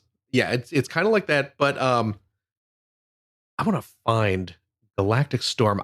You need to see some video of this, because it is kind of stunning. It is a beautiful game, and it's just blazingly fast, and it's whipping sprites around in such a crazy fashion. And I was just instantly taken by this game. I am about to watch a video of it here. Please watch it and just look at how bonkers this game is, and imagine seeing this in 1992. And what is the name of the game again? Oh yeah, I see what you mean. Yeah. Galactic Storm. What's the name? Galactic Storm. There's a lot going on there. Storm. And it is cool. Fast. The enemy ships are gigantic, and they look and beautiful. they're doing that thing like Sega did with Thunderblade, where they're using multiple sprites to make the ships look 3-dimensional. Yeah, like they almost look polygonal. Nice touch. Yeah, very nice touch. it's a beautiful game, and yeah, I had never heard of it. And yeah, it was just, well, I guess I'll see what this game is, and I turned it on, and I was just like, holy crap, this is amazing. So cool. I am delighted. Oh yes, we got it running now. Kind of. Sort of, yes. Sort of. It runs much smoother than this video you are seeing us play. But it runs much smoother than that. But I see. Yes, check out Galactic Storm if you have not seen or played this game. It will it is bound to impress.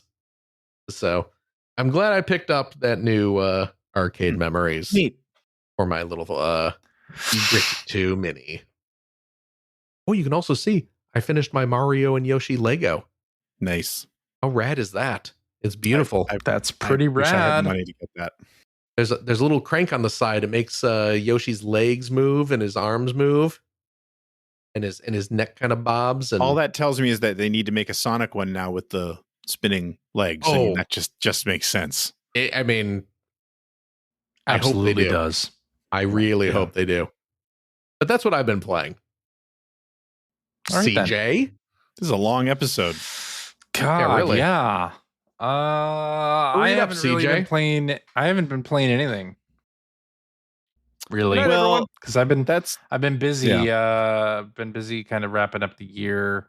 Now off for like 2 weeks, and so that must be nice. Hadn't played anything, so yeah. Now, what do you have on here? Except for Sea of I called out earlier Thieves. that you, Sea CJ of went back to his comfort food. Yep. Of course Fair I enough. did. Yeah, why wouldn't I?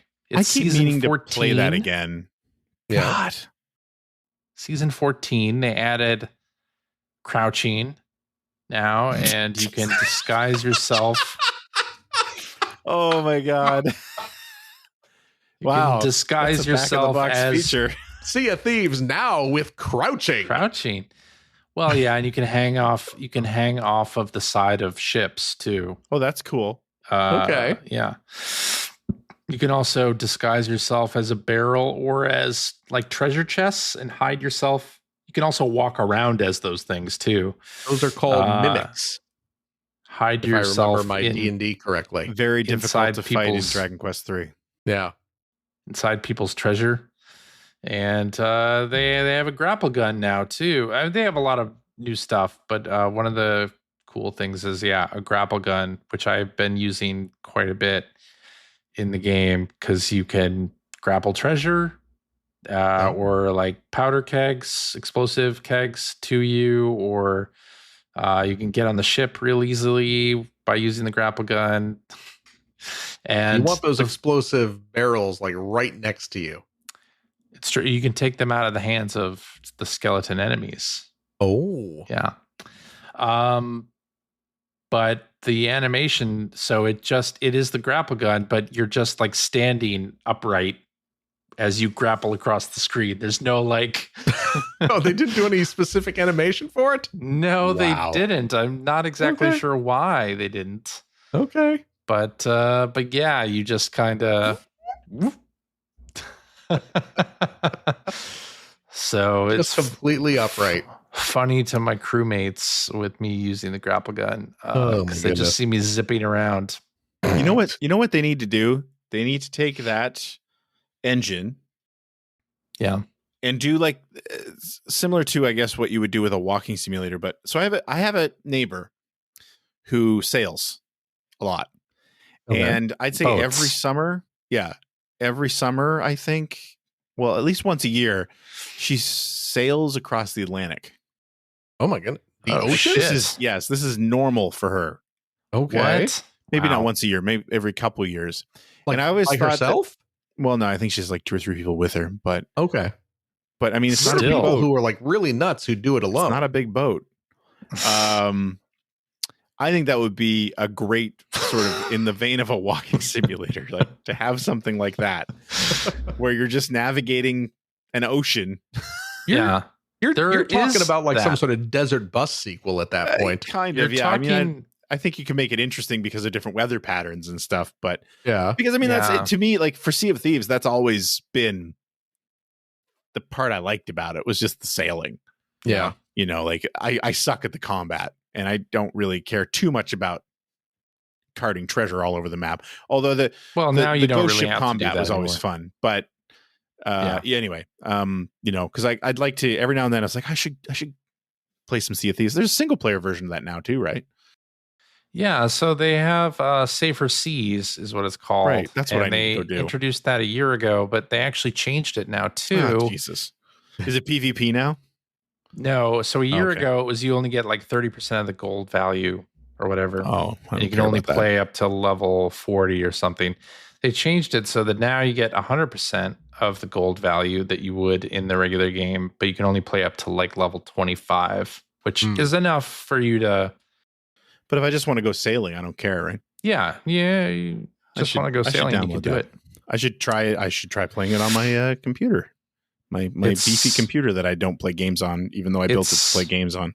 Super fun still. Yeah, I mean, it sounds like it when you put it that way. Shock and awe. I'm still playing it, 6 years on. So, yeah. If you need Greg, Season Well, they crouch 14. now. Season 14. if you need that little extra push, I know you love crouching in games. And Well, this crouching has In real life. this has This has everything you could want out of a crouch it. simulator. It has it. Yeah. Yes. Oh, Finally. No, we should play. You should totally let me know when you want to play. Yeah, when play. I find some free time, Yeah. we'll do that. But yeah, that's all I've been playing. So I guess that means it's time for tweets.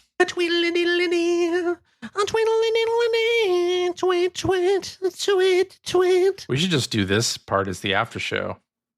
what? This next Tweets? part. No, we should just do we should do the after show with as all these tweets, and then I mean, we could do that if you want, although we've just announced that we're doing this. But Yeah. if we don't have an after show, we CJ can do that. You can just giveth cut and all this CJ out. taketh We away. don't. CJ giveth and CJ taketh away. we don't. All right, suckers. Wow. No, I'm There are a lot of tweets. there are a lot of tweets. Well, you Yeah. don't have to do all of them. Well, They're all we'll kind do of themed, though. They're themed. Oh my goodness. They're themed, Phil. They're themed. Well, All right, let's do them. we don't have to do all of them now. Well, now we Too have bad, to. All Phil. No We're after doing show them this week. all. We're doing an extra long episode. We're doing them Okay. all. Let's just not do an after show. Let's do an extra long episode. CJ's so easy to I know. influence. It's so funny. Yeah. I think People it's- pay. we People should. pay for those extra episodes. They do. Yeah, you're right. Yeah. But we're just adding it on to the free feed as a Christmas gift to all of our listeners. All right. Oh my goodness. We'll do 2 after shows next week. What? Hold on a second. I did not agree to that. You didn't agree to it? Let's make our yearly top 5 episode an after show. We'll just lock it behind the paywall. People will love that. Oh, yeah. All right, let's do this one from a hacker alias Konami Code, who says, what are your favorite or most memorable video game memories from the holidays? For me personally, I have very fond memories of visiting my cousins on Christmas and playing whatever new NES games they received as gifts. Getting Final Fantasy 3/6 and playing it all day was pretty great too. So, yeah. So this was the tweet that I was talking about, which is a bit of a heavy subject as far as what I've been playing this week as well. So this past week, I played Batman on the NES, played through Batman, finished Batman on the NES. Because that's how notoriously good I am. difficult. It's a difficult game. And the reason why, and I've told this story on the show before, I've told this story in one of my videos on my channel about the NES. So when I was a teenager, I had a pretty close friend named Colin, who we were, as so many of us were, we were friends because we liked playing video games together. And I would go to his place pretty frequently, sleepovers and stuff. We used to play Little League World Series. We loved Little League World Series on the NES by SNK. Weirdly enough, because I don't think either of us were baseball guys at all, but we loved playing that. Anyway, so the reason why Batman reminds me of Christmas, and every year at Christmas time I think about this story and I think about the game, is because one year he and his brother were snooping, as they did every year, and they found that they were getting Batman for Christmas. So I'm guessing this was like 1990 or 1990. I think 1990 is the year it came out. They found out they were getting Batman for Christmas. So they got an X-Acto knife and they slid open the cellophane on the box, opened it up and took it out. And I don't think that was the reason I was there for sleepover that night, but I happened to come over that night to sleep over and play video games. And we played Batman. We played through Batman. This was before Christmas. We finished it. And then they put it back in the box and taped it up with Scotch tape, and their mom wrapped it and gave it to them for Christmas. So every Christmas I think about Batman. I think about playing Batman. It's one of my favorite sort of video game memories, but it wasn't a Christmas morning thing. It was just I just love that story. And so here's the heavy reason that I was playing that this week, which I kind of hate to bring this up, but it is the reason I played it. So on Tuesday is when I played this. On Tuesday morning, Colin passed away. Oh no. We honestly had a bit of a falling out when we were in college. And we weren't like forever angry at one another. We'd made up and everything like that, but we were really close. We hadn't been close in years, but yeah. So he passed away on Tuesday. I normally stream on Tuesday nights. I normally stream like a Shining Force game on Tuesday nights, but it's like, you know what? I always think about this game at Christmas time anyway. I love this game, and it's just sort of thinking of Colin, and ended up playing through Batman on the NES. Wow. But it's a Christmas it's a Christmas memory, weirdly enough. Like no Batman for the NES is but I mean, so is like Teenage Mutant Ninja Turtles Fall of the Foot Clan is another game that I got on Christmas morning, and I beat it in my first because that game was so easy. Yeah. Double Dragon on the Game Boy is another one. I have a lot of fond video game. I didn't get tons of video games for Christmas, but when I did, I just ended up loving them. Yeah. So Phil. Yeah, I mean, my story, which I thought was going to be unique among these stories, also involved getting out an X-Acto knife and slicing open. You know what? I ended up, and I never really did, but I did end up snooping one year, and that's when I found out I was getting Double Dragon for Game Boy. Oh yeah. And because of Colin and his brother Jamie doing that, I did the same thing. That's amazing. I did that too. That's the one and only time I've ever done that. But I was a hardcore snooper as a kid. Never got caught because I'm that good. That you know of. Nah. They were none the wiser. Those doddering old fools. Wow. I love my parents. They're lovely people. But you know what? The year I got my NES, which was 88, I was a relative latecomer to the NES. Certainly among my friends. Sooner than me. Oh yeah. Yeah. I mean, I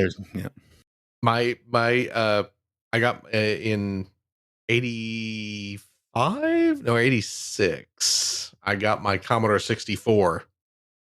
So it took a couple years for me to convince my parents to get an NES because, well, you have a computer you play games on, and you can't play Mario on that, So it took a little while.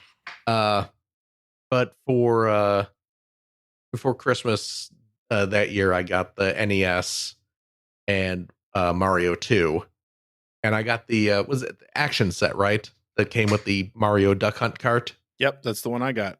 Yeah, and that year at some point I was able to open up the NES. Like I actually got oh my god! Wow, what? I got the full system out.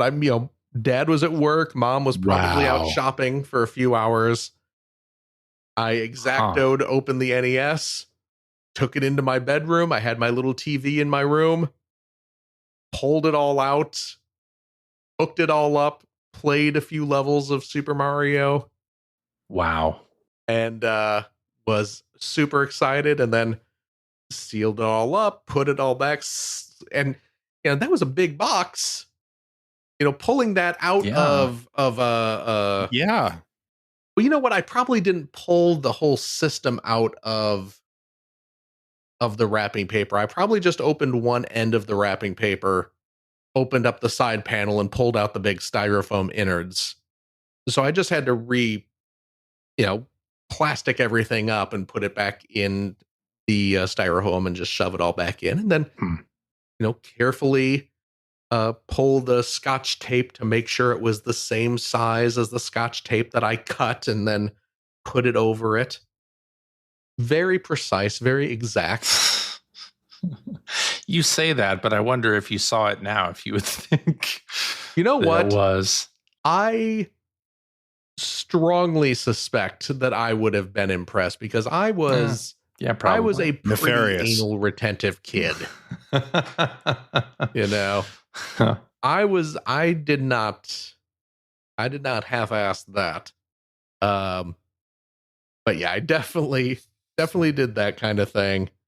One of the other big kind of Nintendo moments I remember around Christmas, and this was be a year later or something. I had gotten DuckTales for Christmas the Solid year game. that came out. Yeah. And obviously super excited, because who wasn't excited for the DuckTales game? And at the Theobald household, we would we'd get up early to open presents, and it was usually my sister and I sort of leading that charge. We were always there waking our parents up to go open presents. And then we'd do that, and then spend a few hours just chilling out at home. And then kind of in the early afternoon, we'd go over to Grandma's house for the family Christmas dinner celebration, and we'd open presents there as well. But yeah, so I got DuckTales in the morning, excitedly ran to my room to play it, finished it before we went to Grandma's house. Game short and easy. Yeah. It was not the longest or most difficult game, but I did finish it before going to Grandma's house. But back then that wasn't.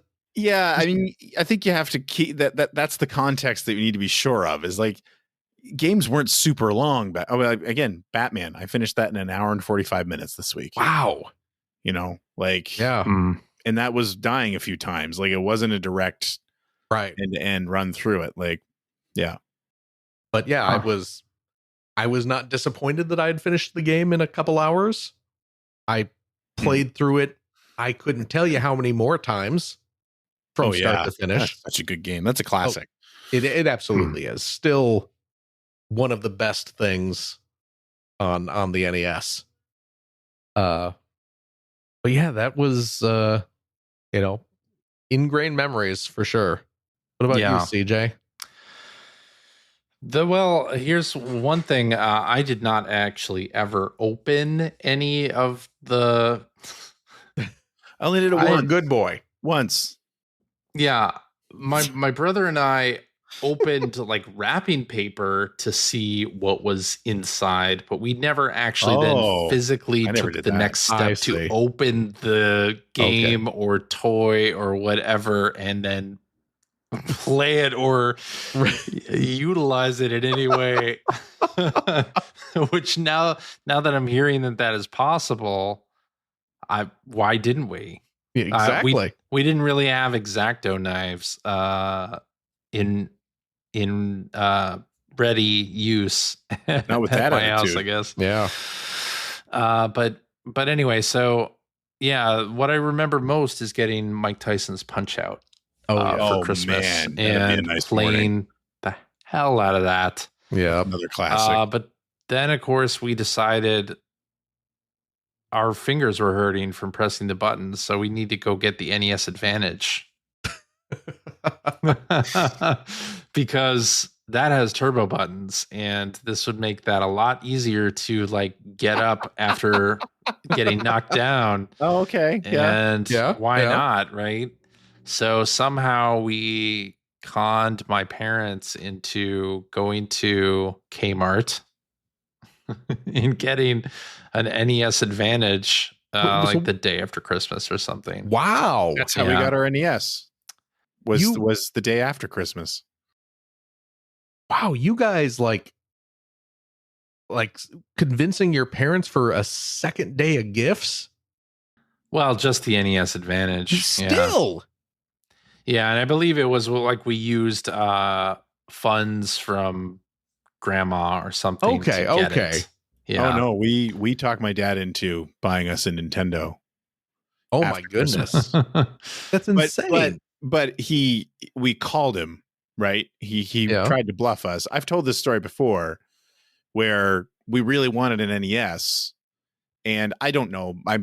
It's funny, now that my father's gone, I remember, I think of all these things where it's like, God, I wish I could ask him if we remembered any of this stuff. But we really wanted an NES one year and we didn't get one. I think it was 1990, actually. Mhm.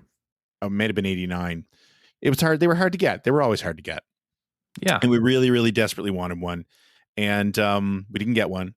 And we sort of were begging him. And my dad he didn't have tons of money.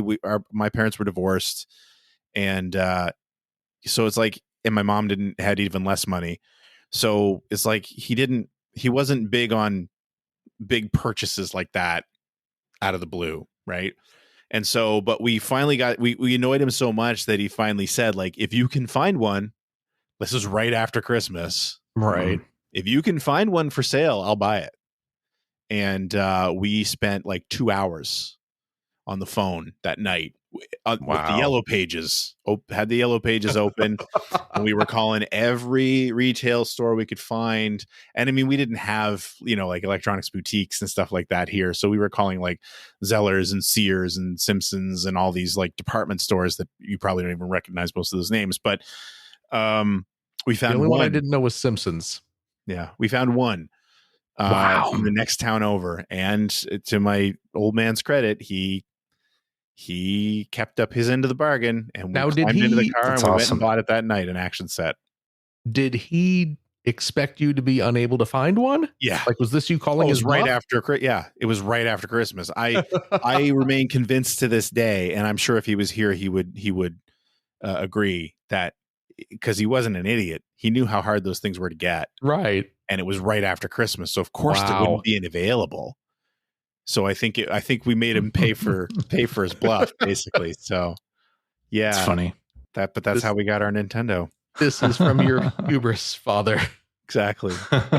Exactly. Well, good on him and I remember, because I'm sticking to his word. I live in the house I grew up in, and where I'm sitting right now is where his big wooden floor model TV was. Oh wow. And I was sitting like right there the first time I played my Nintendo.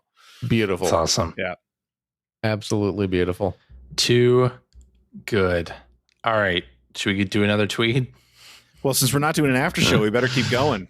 Well, are we actually not doing one? We're actually not doing one. We'll let's use keep this going. as the after show. This whole thing. Okay. We're doing it live. CJ's got a bunch of different plans going here. Seriously. All right, let's do this one from Voltea Madres, who asks, have you ever been disappointed by a Christmas gift given or received? I don't remember ever being disappointed by one. I mean, I think there were years where I kind of might have hoped for something that I didn't get. Right. And I mean, on the flip side of that, as far as given, I mean, I'm sure there have been years where I've given something to my kids that they didn't react as happily as I hoped they would. You know what I mean? Like they weren't as excited about getting this as I was about giving it, but nothing really stands out.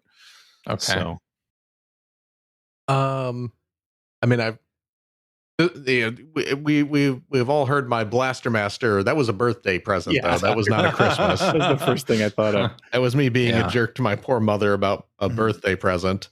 Yeah. Christmas, though, the only thing I can think of, and it's not even video game related. There was one year, and this was, back in, I was probably 7 or so, like 7 or 8. A long time ago. Very young. Yeah, many 40 years ago. Whoa. man had just stepped foot on the moon. Allegedly. They had just filmed the moon landing in beautiful Duke Nukem 3D taught us anything. in sunny California. I had got it into my head that I wanted more than anything was a telescope. I wanted I had a telescope when I was a a kid. telescope so I could look at the moon, so I could look at the stars. I was that kind of nerdy space kid, I wanted that. I so desperately wanted to go to space camp when I was a kid. Oh my God, me too. And of course. obviously there was no way it was, my parents were far too poor to send me to space camp, for crying out loud. But I so desperately wanted a telescope. And I don't know what I got it into my head that I'm going to get a telescope for Christmas this year. I had no reason to believe that, but you're like 7, you don't think logically. And we were we were at grandma's house, opening up our family presents. It's going to happen. You're manifesting it. I mean, it had to. I wanted one so much.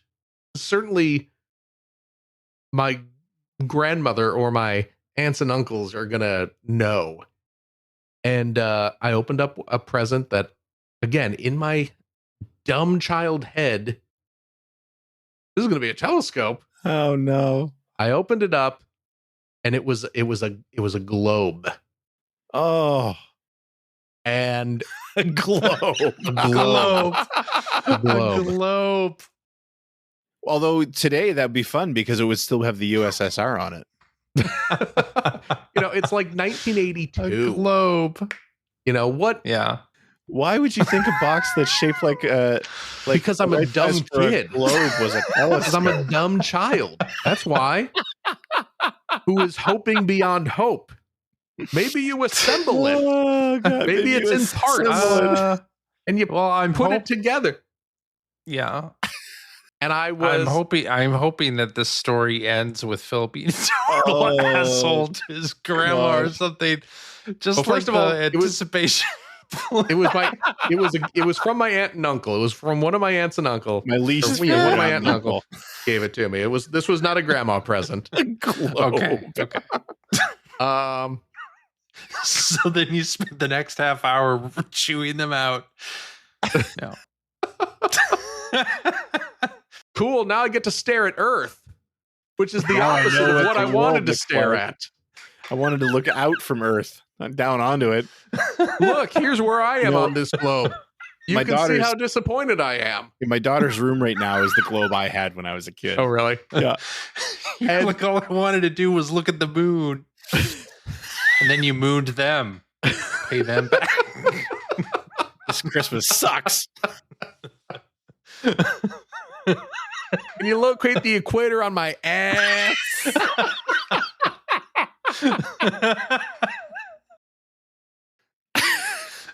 Look at this. I call this, that's the Mariana Trench going right down the middle. There's the dark side. Where you can stick this globe. The dark side of the moon. Dark side of the moon. Oh God. So I was probably a little pissy about it because, again, I'm like 7 or whatever. And you're Phil, so and yes. I'm me. And don't get me a goddamn globe when I'm expecting a telescope. This is worse than anticipation. But that's what I told my mom too when she got me that instead of Blaster Master. This is worse than the globe incident, mother. Phil, you don't mean that. I do. I feel like I do. I feel like all three of us are happy that none of our children are you. Oh, I'm happy that my children. Yeah, my children, my one children. The royal children. But you know what? I'm going to say this. I may have been initially disappointed, but that globe ended up on my dresser and it stayed there. Yeah. Pretty much until I moved out. Yeah. And you know what? I'm going to say this. It was a nice globe. It had the raised topography. Yeah, absolutely. Oh, you know, that's a so you nice could globe. feel the mountain ranges. If it didn't have that, was it even a globe? Exactly. Yeah. It lit up. Oh, It had a little shit. switch. Fancy. It That's would fancy. glow from the inside. It was actually quite beautiful. So yes, initially disappointed, but I very quickly came around to the globe and it became a genuine fixture of my room. Like I said, Throughout. mine is still sitting in my daughter's room right now. There you go. I don't have my So, globe Like I said, and anymore, it but still has the USS. I told her don't ever use this in any real way because all the boundaries are wrong. But I mean, what are you gonna do? Will it take it out to sea with you to chart your course? maybe my neighbor that's, could. I don't know. that's what There they you call go. in the globe industry. That's what they call planned obsolescence. It makes you buy another one. the globe industry. The fine friggin- people at Rand McNally really Random people sidling up to politicians, like secretly worms on- toppling regimes so they can sell new globes every season. I don't like the way they were talking to you. you might wanna- you can't say that's not how it happened. We haven't Have you reprinted considered the Southern seceding? Hemisphere in 30 years. We're gonna break you apart into your own country. I got my boys painting up the new globes as we speak.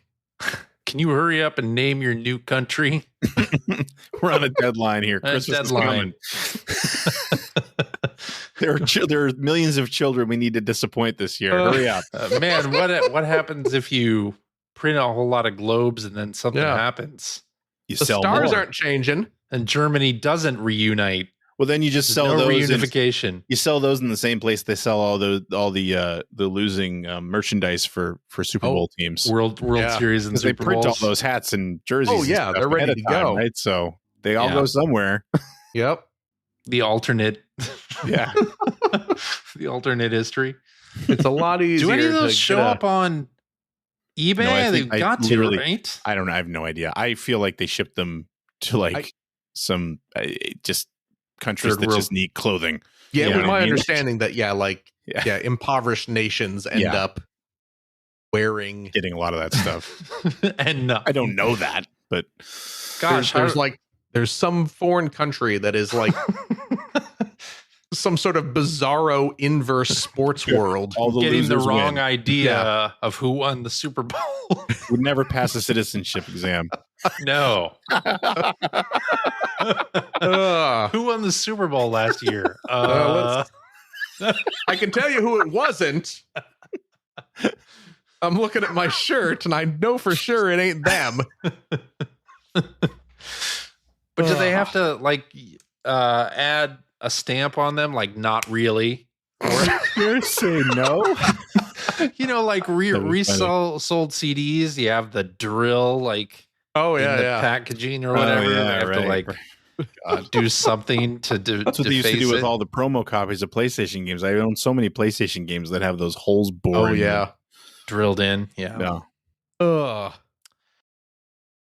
Incredible. else we got? What else we got? What else we got? We got so much more here. We can Let's keep stay here going. for Come on, we another got 3 to couple go. hours. All right. Let's do this one. We talked about disappointed by a Christmas gift, and then we got this one from listener John, who says, "Do you guys have a favorite childhood Christmas gift?" My globe. Can be. Yeah. My telescope that I got the next year because I complained so much about the globe. Did you really get the telescope next? No, I the did. next I year? never got the telescope. Oh, Yeah, dreams don't come true, kids. Don't Speaking of bother having them. telescopes, have you Guess guys not. ever checked out Andrew Burwell's telescope Oh setup? boy, he is. Oh, yeah. Impressive. Yeah. very. Andrew Yeah, Burwell, former EGMer. Yes. You didn't know. Yeah. And amateur astronomer. Holy But crap. he takes some fantastic But have you space seen photos. his setup? I don't know if I ever No. have. It's I- like I- remotely controlled. It's like I think it's in Arizona or something. It's not where he lives. Oh, Wait, really? his telescope is not. He doesn't have his telescope with him. No, it's in its own building in another state. That's what I'm The saying. hell? What? Go find him on Facebook and check because he I, posted it a while back. I, It's very cool. I did not realize that. Yeah. Like, what is he friggin' own a planetarium or something? I don't know, but there's a reason why those photos are amazing. Oh my Hmm. goodness. Anyway, Yeah. So Favorite childhood Christmas gift? I mean, our NES post Christmas gift was kind of great. I mean, Those are pretty good too. I mean, my NES one. You know, getting the NES that was a big deal for me. A fair number of Yeah. new bicycles and so back in the day, there was this cartoon, wrestling Transformers? cartoon. No, it was a wrestling Hulk Hogan's cartoon. Rockin' Wrestling. Rock and wrestling. Yeah. Yeah, And I don't know if you remember, but they made these sort of rubbery wrestler Yeah. toys. Hell well, yeah, I they- remember. They had those that were not tied to the show either. Yeah, they Yeah. just like WWF. Just the big They were old just WWF. LJN The big Yeah, they old were LJN big rubber big wrestlers. Yeah.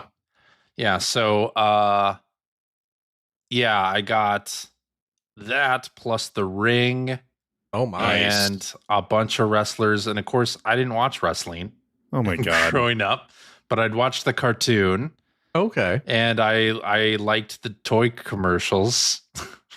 Those things were great. It was the 80s. And it was the 80s. And yeah, that was one of my absolute favorite. You never watched wrestling on Saturday because it was on Saturday mornings. No, I never watched it. Wow. I wasn't a big wrestling Oh, I loved it. kid either. Loved it. I But those watched toys it were a little fun. bit, but yeah, I was not super into it like some of the other kids were. No, I watched religiously. Man, when I was a kid, I loved wrestling. Hmm. I liked it a lot when I was in my 20s too. I sort of got back into it, but Well, I remember Yeah. CJ was super into it for like A week and I a half. remember that too for like a week and a half. Yeah. You Yeah. had to win WrestleMania though, didn't you? I went to WrestleMania X8. X8, yeah. in Toronto, and that was a ton of fun. It was a press junket for the game that THQ was bringing out, and got to sit in a skybox. And then- that was the one that The Rock and Hulk Hogan kind of had a.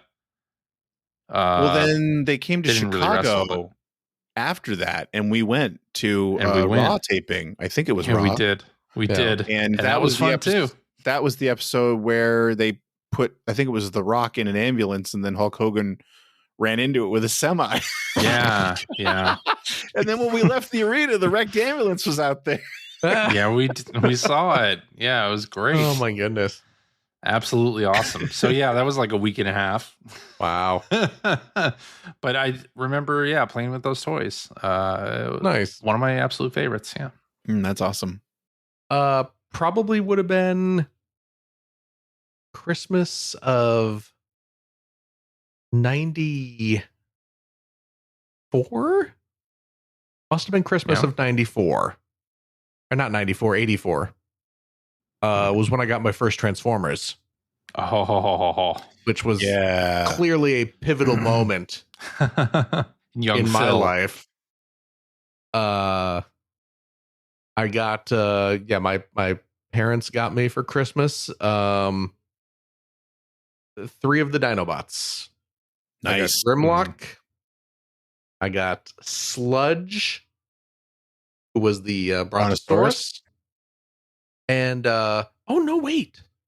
No, I got the first 4 because I think Swoop came out a little later, if I remember correctly. So I got Grimlock, Sludge, Grimlock, of course, the T-Rex.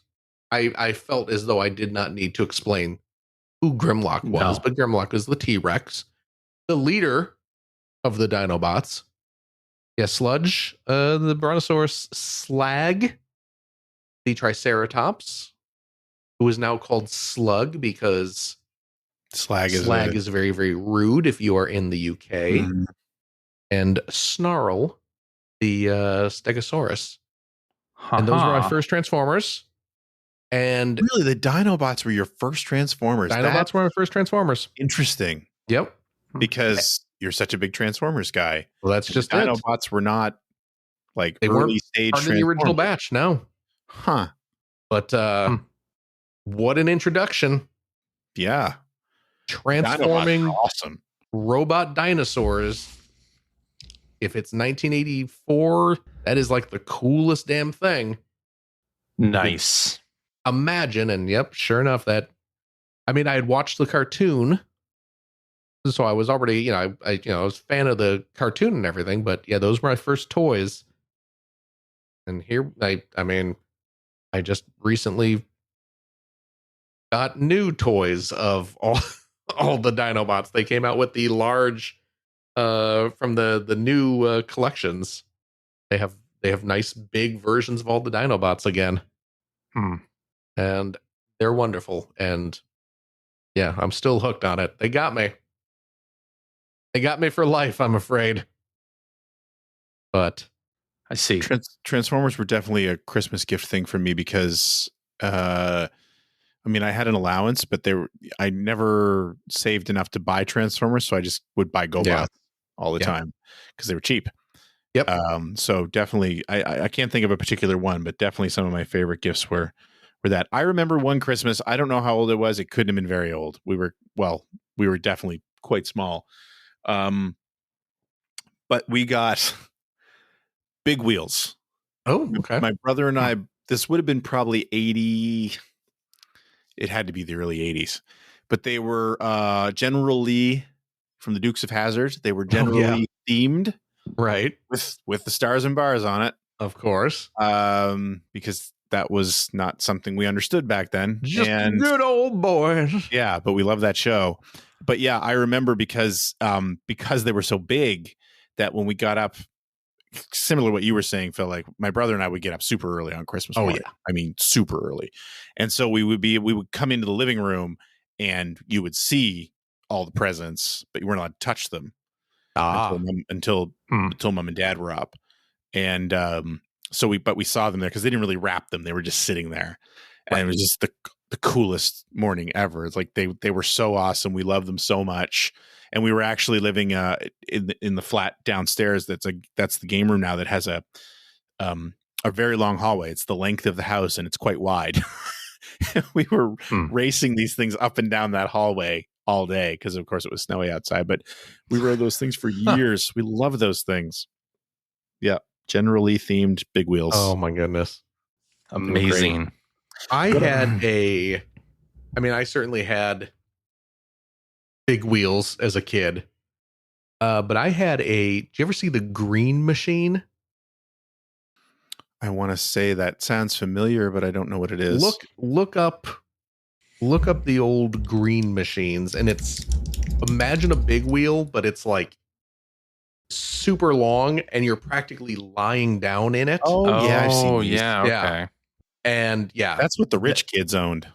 Oh, well, I don't know what rich family we stole ours from, but I did have a Green Machine and it was the coolest friggin' thing. Those things were great, man. Oh yeah. Hey, you look back at it and think, because most of them, I don't know if the Green Machine did, but like the big wheels, the wheels were plastic. There was no traction on those things. Yeah. Like, the Green Machine was the same thing. Yeah. But I will apparently say they still make that. Yeah, it looks like the Huffy website sells them. Okay. One of my other strong memory about a favorite gift, but it was one that I gave. Yeah. Was a PlayStation 2. I gave my brother and his wife a PlayStation 2 one year. Oh, nice. My brother played games when we were kids. Like we got the NES, we got it together, and we played a lot of Blades of Steel. Oh, together when we were younger, but he didn't get into it the way I did. So the NES it was still ours, but it kind of like became mine. Like I was the one who was really into games. I was the one who was buying them and stuff like that. He was big into hockey and stuff like that. So that's kind of what he did with his childhood. But yeah, like it wasn't the year the PlayStation 2 came out. It was probably a couple of years later. But I managed to. They had just bought their first house, and they really wanted a DVD player. They didn't have any money for any of that stuff. They really wanted a DVD player, and of course, PlayStation 2 was. DVD players used to be really expensive. Back then they were expensive, and the PlayStation 2 was a very cheap DVD player, especially when you can buy one used. So a buddy of mine who worked, I think it was him who was working at video game rental and sales place where they sold used stuff. They had a used PlayStation 2 that ended up buying to give them for Christmas. And I remember him opening it, and he actually like broke down. He was so happy to get it, which just made me feel incredible, like that I could do that. So that's like definitely my strongest memory of giving something that was really, really appreciated. And that was their DVD player for years. Oh, nice. I don't think they ever bought us. I don't think they ever bought a standalone DVD player. Oh, really? That thing just kept working forever. And he bought a few. I gave him a few games because that was back when I was getting a bunch of games for free still. Oh, yeah. So, you know, like Tony Hawk's and NHL and stuff like that. And I know he played it every now and then. And now he plays games a little bit more because his son is into video games. But yeah, I loved giving nice. That. Cool. Should we do another one? We still got one. We've still got a few. Yeah. Oh my. Do we want to do all of these? It's up to you, man. You're the host. All right. Well, let's do this one from Hacker Alias. It's all jazz. Who says, "Do y'all have fond memories of Christmas nights?" Hell yeah. Like the game, or just like the game hanging out, going on the town on Christmas night? The game. Some of our younger listeners may not know what Christmas Nights is. It was a special demo version of the game Nights from Sonic Team for the Sega Saturn. Yep. And it was included as a magazine bonus, right? In the US. Yeah, and I went and looked it up, and it says it was Next Generation, but I thought it was something else too. I thought it was something else too. Different mags. It was in a couple of Imagine magazines. Yeah. Yeah. Anyway. I played it, enjoyed it, but I never really understood Nights, the game. Yeah, that's kind of the same boat I was in. Never really understood Christmas Nights either. Oh, man, I dug the vibe of it. I loved the music, the graphics, and everything. Yeah, I loved how there were like you could unlock like a bunch of different, like almost like little present type things in it, right? Yep. But yeah, I never fully got Nights into Dreams. So yes. So here Christmas we go. Nights. Okay. So yes, it was a Nights demo, but I think that's selling it a little bit short because it was a 2-level demo, yes, but it was Christmas themed. And the cool thing about it was, first of all, it had a completely new intro, Christmas based, which was awesome that it existed. I don't know if the intro was awesome, but it was awesome that it existed. And it, depending on the system's internal clock, it would change. Yeah. So like when it was like in the dead of like summer, let's say, because the Saturn had an internal clock, it would just be a Nights demo. Literally what you just said. It was a Nights demo. But as you got closer to Christmas, like the music would change, the levels would change. They would start getting decorated. And I believe like because the way that game works is you would collect gems and then you'd have to find this one sort of orb in the middle of each track. The level was split into tracks that you flew around to deposit these gems. And I believe that it wasn't like this all year round, but when you got around Christmas time, those orbs turned into Christmas trees.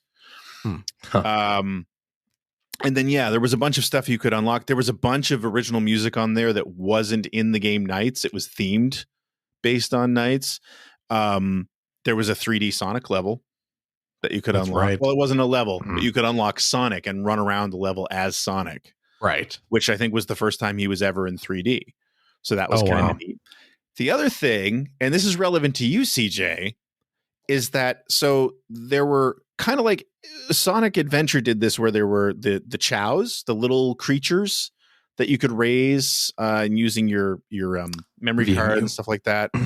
But they had it was called the A-Life system in this game, where you would see these little creatures, these little Nighttopians they were called, who would be hanging around the level on the ground. Like when you turned into knights, you were flying the whole time. You would see these little Nighttopians, and you could affect them. If you did a spin attack near them, you could actually hurt them, I think. But when you grabbed an enemy and threw them, if they, I believe, and I'm probably going to get called out on this by Mike, but if they collided with Nighttopians, they would actually mutate. Oh, there's a whole, this A-Life system is this whole thing that's running in the background. Yeah, see, this is part of the game. stuff that I never got. I think most people who played it never got it. But the definitive A-Life FAQ, as far as I understand, was written by CJ's best friend Mike. Is that right? Yeah. If you go look up, I think on GameFAQs, if you look up Christmas Nights, it's probably his FAQ that's in there. That's pretty funny. But yeah, like it's this whole system that's underlying, and I think it was kind of like the prototype for what sort of the Chow system ended up being. But yeah, this A-Life system, I think it's in Nights as well, but it's happening in Christmas Nights for sure. Wow. So yeah. Anyway, it was a fantastic, and yeah, you got it for free. It was a disc that you got for free with buying a magazine. And I remember I was living in Charlottetown at the time when that came out, and I remember making a trip down to the mall to find a magazine that had that disc. And I don't remember buying it. I don't remember it being Next Generation that I bought, because I normally just bought Next Gen anyway. But I want to say it was another Imagine magazine. Damn. But I loved it. It was great. Yeah. And you could, like I said, you could, if you liked Nights, if you didn't get Nights, you weren't going to get it. But yeah, it was really cool. I clearly have a lot of fond memories of that. Definitely. All right, let's do this one from Hacker Alias JW Noise, who says you can only receive or play one game this Christmas. What is it? Indiana Jones. Well, I've got news for you, friend. Like a new game?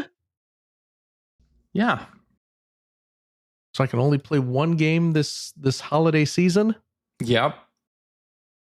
We'll see what. I'm going to say Sea of Thieves, because they do a Christmas event in Sea of Thieves. Now it's actually even better, because you get a different voyage every single day, apparently. Oh, well. I know.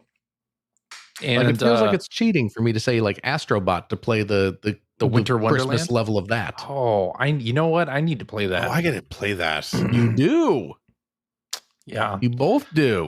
But Sea of Thieves has like Christmas decorations and Christmas trees on the outposts and things. So yeah, they like deck the hulls. Wow. Wow, that's a tortured pun. With Christmas stuff. And yeah, I'd probably play that. Can't go wrong with that. I don't know. I can't think of what I would only receive or play one game this Christmas. I should boot up Punch Out for old time's sake. Yeah. It's that time of year. Yeah, I mean, not the Mike Tyson version, but you know. I think, yeah, for nostalgia's sake, I would love to, again, especially since I'd only have 20 minutes to spare, I wouldn't mind playing Follow the Foot Clan. I might fire up Follow the Foot Clan when my kids go away on Christmas Day. I mean, you got the Cowabunga collection, right? Yeah, I do. Oh, yeah, there it is. Perfect. You got it right there. Perfect. All right, let's end with this one. Phil, did you answer the question? Did I skip you? I said Astrobot. You said Astrobot. Christmas level, so I'm going to download the Christmas level after we're done here. Yes. Let's do this one from Hacker Alias Mudron. That's just his last name. That's our good friend Bill Mudron, yeah. Who says, favorite holiday special or moment from a holiday special? Oh. Nickels, nickels, nickels. All I want is my fair share. I love that. Yeah. Oh, that beautiful sound of cold, hard cash. Ah, that's excellent. The beautiful sound of plinking nickels. Nickels, nickels, nickels. Oh, I love that sound. I mean, favorite Christmas special, obviously, Charlie Brown Christmas special. Yeah. Which, by the way, so my daughter is in choir at her school, and they had their little concert, and they did Christmas time is here. Oh, was nice. one of the songs, and they do this thing where the students like introduce the songs and say what they learned. Yeah. It was like these kids had never seen the Charlie Brown Christmas special because why would they? They were like, fun fact, this was in a Charlie Brown Christmas special. I was like, the audience of adults in this room, you hear the groan, already know what this is from. It's just like, oh my God. So is the implication there that most of these kids haven't seen a Charlie Brown's Christmas? Yeah, I think so. Oh my God, my kids have been watching that yearly since they were babies. Like, I know. I realize it's my fault. So I think these two kids that were doing the intro clearly have bad parents. Clearly, it's bad parenting. Charlie Brown Christmas is nearly 60 years old. Yeah. It's not a recent thing. Like the only real way to see it nowadays is on Apple TV. Yeah, maybe I don't know. Well, they still offer it for free, since right? it was possible. Do they? I don't think they offer it for free anymore. I think you can. I think they do have it. Wow, that Nichols thing really screwed up your camera. It really did. I'm so blurry now. By the way, I don't know if you've noticed. Yeah. It's blurry now. We can't see it. Yeah. They stay here. If I do this, this is not going to fix it. That's not going to fix it, is it? No. No. You really, the Nichols thing. I was just holding. I just wanted everyone to see my Nichols. Oh, now it's better. Oh, look. It fixed it. What? No, don't do it again. The camera loves my Peanuts bank here. Yeah. So look how crisp that looks now. I'm wearing my Charlie Brown Christmas Hawaiian shirt. So that Peanuts special. Yes. Yeah. What always got me about it, and I think I did go look this up at some point, when they go to the Christmas tree lot and it's the aluminum trees. Yes. I didn't know aluminum trees were a thing, but apparently they were. Back in the 60s. Yeah. I don't think I've ever seen one. I've never seen one depicted in maybe painted popular pink culture or anything. Yeah. Do something right for a change, Charlie Brown. No. The whole thing is, I mean, jingle bells. You know, halls and Santa Claus and ho ho ho and mistletoe and presents for pretty girls. But what about do you remember so good. Phil, were you here when it was the people from Interplay came to the EGM office? Do you remember this? I don't know. The Spirit of Christmas on VHS. Wait, what'd they do? You remember the South Park, the thing that started South Park? The Spirit of Christmas. Spirit of Christmas. Were you there when the PR person from Interplay came to the EGM office to show us Clay Fighter like 64 or something? I don't know if I was there for it or if I heard the story after the fact. You might have heard the story, but I can't remember. But yeah, she brought with her a videotape. Yes. Of the Spirit of Christmas, and after showing us Clay Fighter, that's bizarre. He showed us the Spirit of Christmas. I have no idea why. Because it was funny and it was new. It was really funny. Yeah, exactly. Look at this. There was no YouTube. I bet you've never heard a cartoon character say a swear word before. I've been watching anime for a while, so CJ pushed his glasses up his nose, like actually. But yeah, we watched Spirit of Christmas, and that also is a good Christmas special. So I do have a different one. I mean, Charlie Brown's Christmas is my favorite. I mean, there's no question, you know. Right. And there's so many other ones that are, you know, classics. I mean, the Grinch, obviously, and anything Rankin Bass stuff. Now, when you say the Grinch, you mean the Chuck Jones? Yeah. Yes. Yeah. The animated one. But there was one, and I don't know why, but I have a warm spot in my heart for this one. Probably because it's Canadian, but there was one called George and the Christmas Star. Oh, you've talked about this, I I've believe. talked about this about this, before, yeah. and you guys should still try to. I don't know how you would ever watch this. It's probably on YouTube. Probably is. Yeah, it probably is, but it's not great.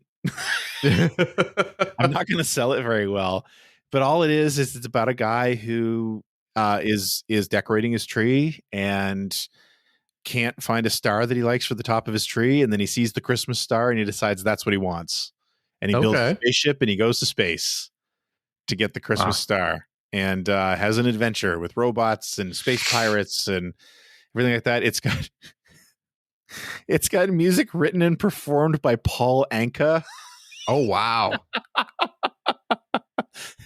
Which, I mean, most people don't even know who that is. But yeah, I'm trying to see what year it came out. I'm just seeing a couple clips on YouTube, unfortunately. Yeah. Again, it's not great, but I just remember watching it in 1985. It came out in 1985. I remember watching it when I was a kid, and I just have a special place in my heart for it. I watch it every year. And again, my goodness. It's not good. Yeah. But it's just one of those things that I mean, it obviously just takes me back to sitting in front of the TV watching it when I was 9 years old. Totally. Yeah. But yeah, I loved it. George and the Christmas Star. Oh my goodness. You should watch it sometime. Yeah, I am. I mean, obviously, Charlie Brown Christmas is. I'm such a big Peanuts nerd that's the big one for me, of course. Yeah. However, I love me the Rankin Bass. Oh yeah, anything.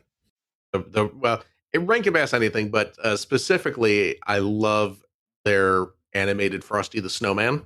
Mm-hmm. Yes, with those glorious character designs by Paul Coker Jr., who had done like a lot of work for like Mad Magazine and things like that back in the day. I love Happy Birthday. Oh my God. Love it so much. Who did the voice for him in that? Do you know? Was it a famous actor or he was a comedian? Yeah, I'm pretty sure. I'm blanking on his name. Frosty the Snowman voice. I know John Goodman did the sequel, but let's not talk about that. Jackie Vernon. Yeah, it was Jackie Vernon. Who also stars in, yes, Bill called it as well. It was Jackie Vernon, who also stars in a movie called Microwave Massacre. Oh shit! Mudron just said, "Oh man, that guy looks like he sounds." He absolutely does. He absolutely does. And I have not seen. I have not seen Microwave Massacre. I've seen some clips from it though. Oh, he really does. I remember the cover of it. Yes, it's like a woman's head in a microwave. Yes, and it's like scarred for life. And he's doing the like that's his voice. The Frosty voice is exactly his voice. Oh, geez, fellas, my wife's making me one of these microwave dinners on these newfangled appliances. You know, and I got to start murdering people. It's that kind of thing. I just found 10 minutes of his stand-up I'm going to watch after the show. Oh, that's amazing. Oh man, I remember that cover though. It truly did scar me for life. Yeah. Oh, it's a creepy ass cover. Yeah. I love me some Emmett Honors Jug Band Christmas. I was talking about that like a week or two ago with you. Don't give me that sad eye roll, CJ. I didn't.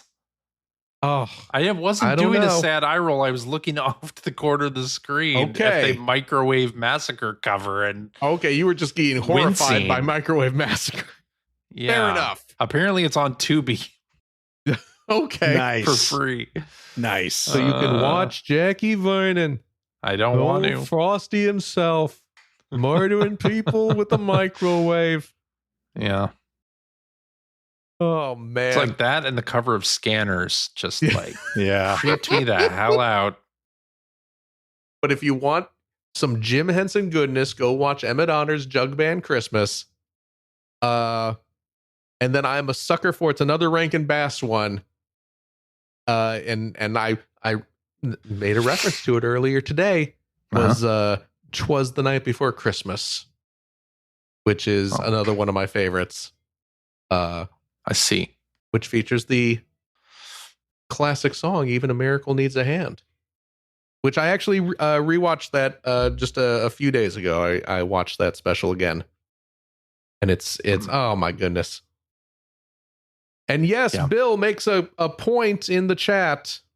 Yes, that the guy who did all the Peanut specials did a sequel to the Frosty special. Yeah, with John Goodman. I mentioned earlier. Yeah. Oh, it was terrible. It was bad. It was real bad. Bill Melendez is the animator you're thinking of, Bill. Yeah. And Frosty does get married in a stop motion one.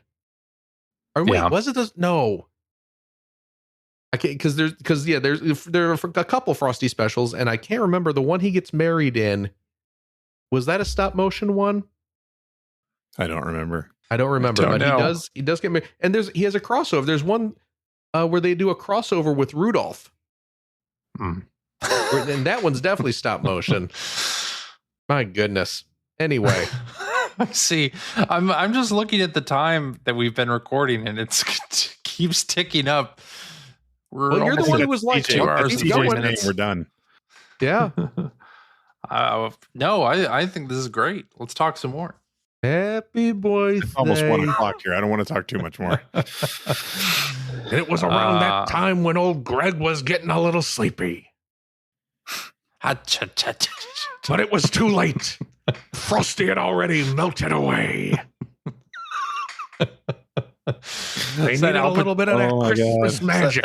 Al Pacino? Suddenly? Yeah. Al Pacino narrates the Frosty special. Hooah! And here comes old Santa Claus. Hooah! Then he says something offensive about the ant buying the globe for him. Yeah. Call back. I got it. Oh my goodness. Are we done? I don't know. We're done. Well, I suppose that's up to you, buddy. Oh, I got to throw out one more Christmas special. Do it. As a proud citizen of the Chicagoland area. Oh, again. Formerly, CJ knows where I'm going with this. I do, but I've never seen it. How did you not watch the Bozo Show growing up? I did. Oh, God. Oh, lady, I-A. Donner and Blitzen, away. Yeah. Oh, lady, I-O. I'm Hard Rock. I'm Coco. I'm Joe. Ooh, couldn't quite do that. Never saw it. Hard Rock, Coco, and Joe, a creepy ass stop motion puppet short film. The three little dwarves, Hard Rock, Coco, and Joe. I highly recommend you go look that up on the YouTubes. That would play in the Chicagoland area on WGN Channel 9 constantly. I have no idea how CJ got through childhood without seeing that. I don't know either. The stop motion short Susie Snowflake, or the traditionally animated UPA short, their version of Frosty the Snowman, which features a friggin' amazing jazzy version of the song. So look those up. Okay. Chicagoland classics, I tell ya. Give me the links for those, and I will include them in the show notes. Phil, I will absolutely find you the links for those, CJ. Okay. Make no mistake.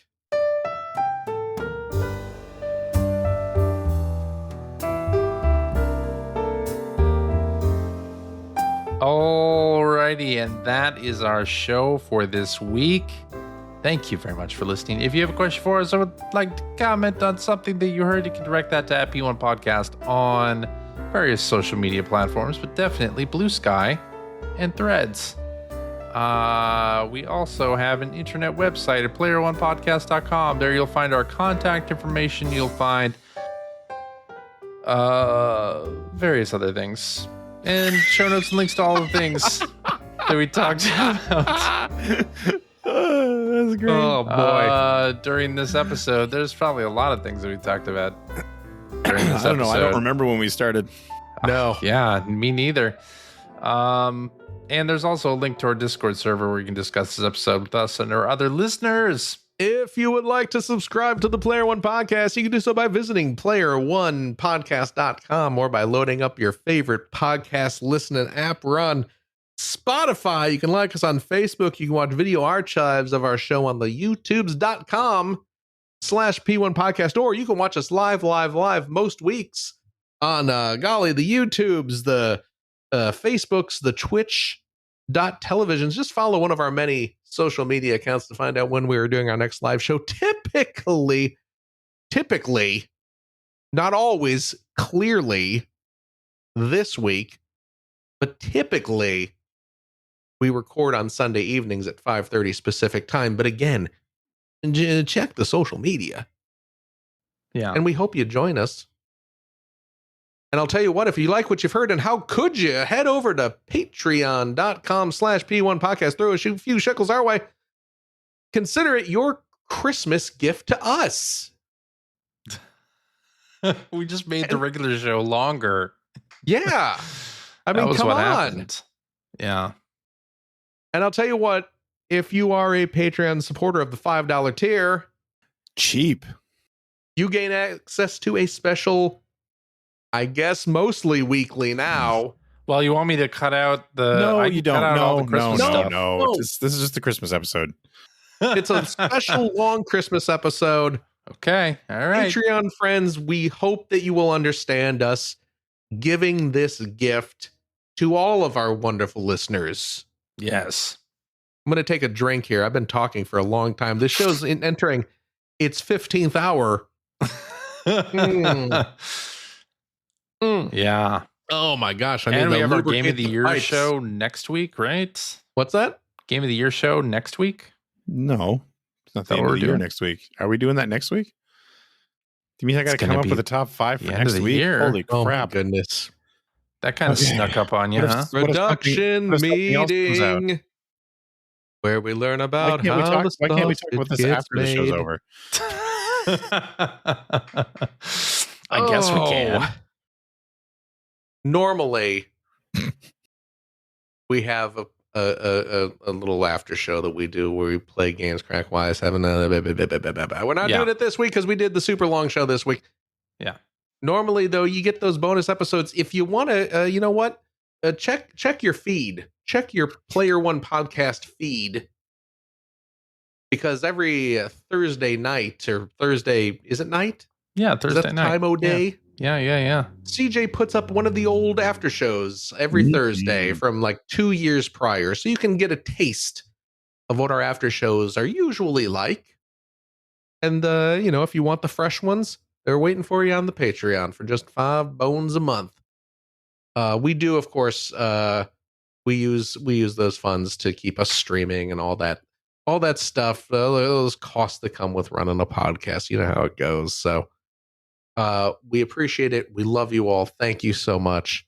And I'll tell you what, if you have a couple bucks left over, why don't you go to patreon.com/Greg Seward to help support Greg's outstanding, and it is outstanding, web series about North America's favorite runner-up of the Sega Genesis.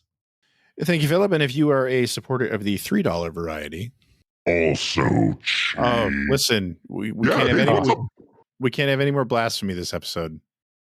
Y'all made the devil a character on your podcast. I don't think we all did that. I hate to break it to you, Greg. This is 100% blasphemy from episode 666 all the way up to the present day. And you're welcome for it. How are you doing? Are you having a good time? I am, but I'm starting to get a little tired. You get Getting ready access for Boxing Day. Yes. Happy holidays, everyone. You get early access to all my videos, including the latest video about growing up with a 3DO. I didn't grow up with 3DO, but having a 3DO while I was growing up. You should go check that out, along with all the other videos I've done over the past 10 years. And they're wonderful videos. Thank you. Yes. They're all wonderful. Thanks. Is that it? That's all I do, right? That's it? That's it. Yeah, Yep. That's it. Pretty sure we're done. CJ. Yeah. Thank you very much. Thank you, Phil. Happy holidays to you and yours. Happy holidays to you, sir, and yours as well. Oh, I like how you tacked on the yours there at the end. You and the fam. Yeah, I know. Yo. Happy holiday to you and yours. Thank you, Philip. You as well. Oh, absolutely. And of course, a big old thank you to you, our wonderful listeners, every single darn one of you. As always, take care of yourself, your loved one, your family, your friends. Be kind to each other. Be kind to yourself. Absolutely. And happy holidays to you and indeed to yours as well. We hope you have a lovely holiday season. And we hope to see you next week when we may or may not be doing our Game of the Year show. Will it be next week? Will it be 2 weeks from now? I guarantee you it will be one of those. We'll find out. It'll be a fun mystery for you as well as us. Please join us. Good night. Bye. Bye.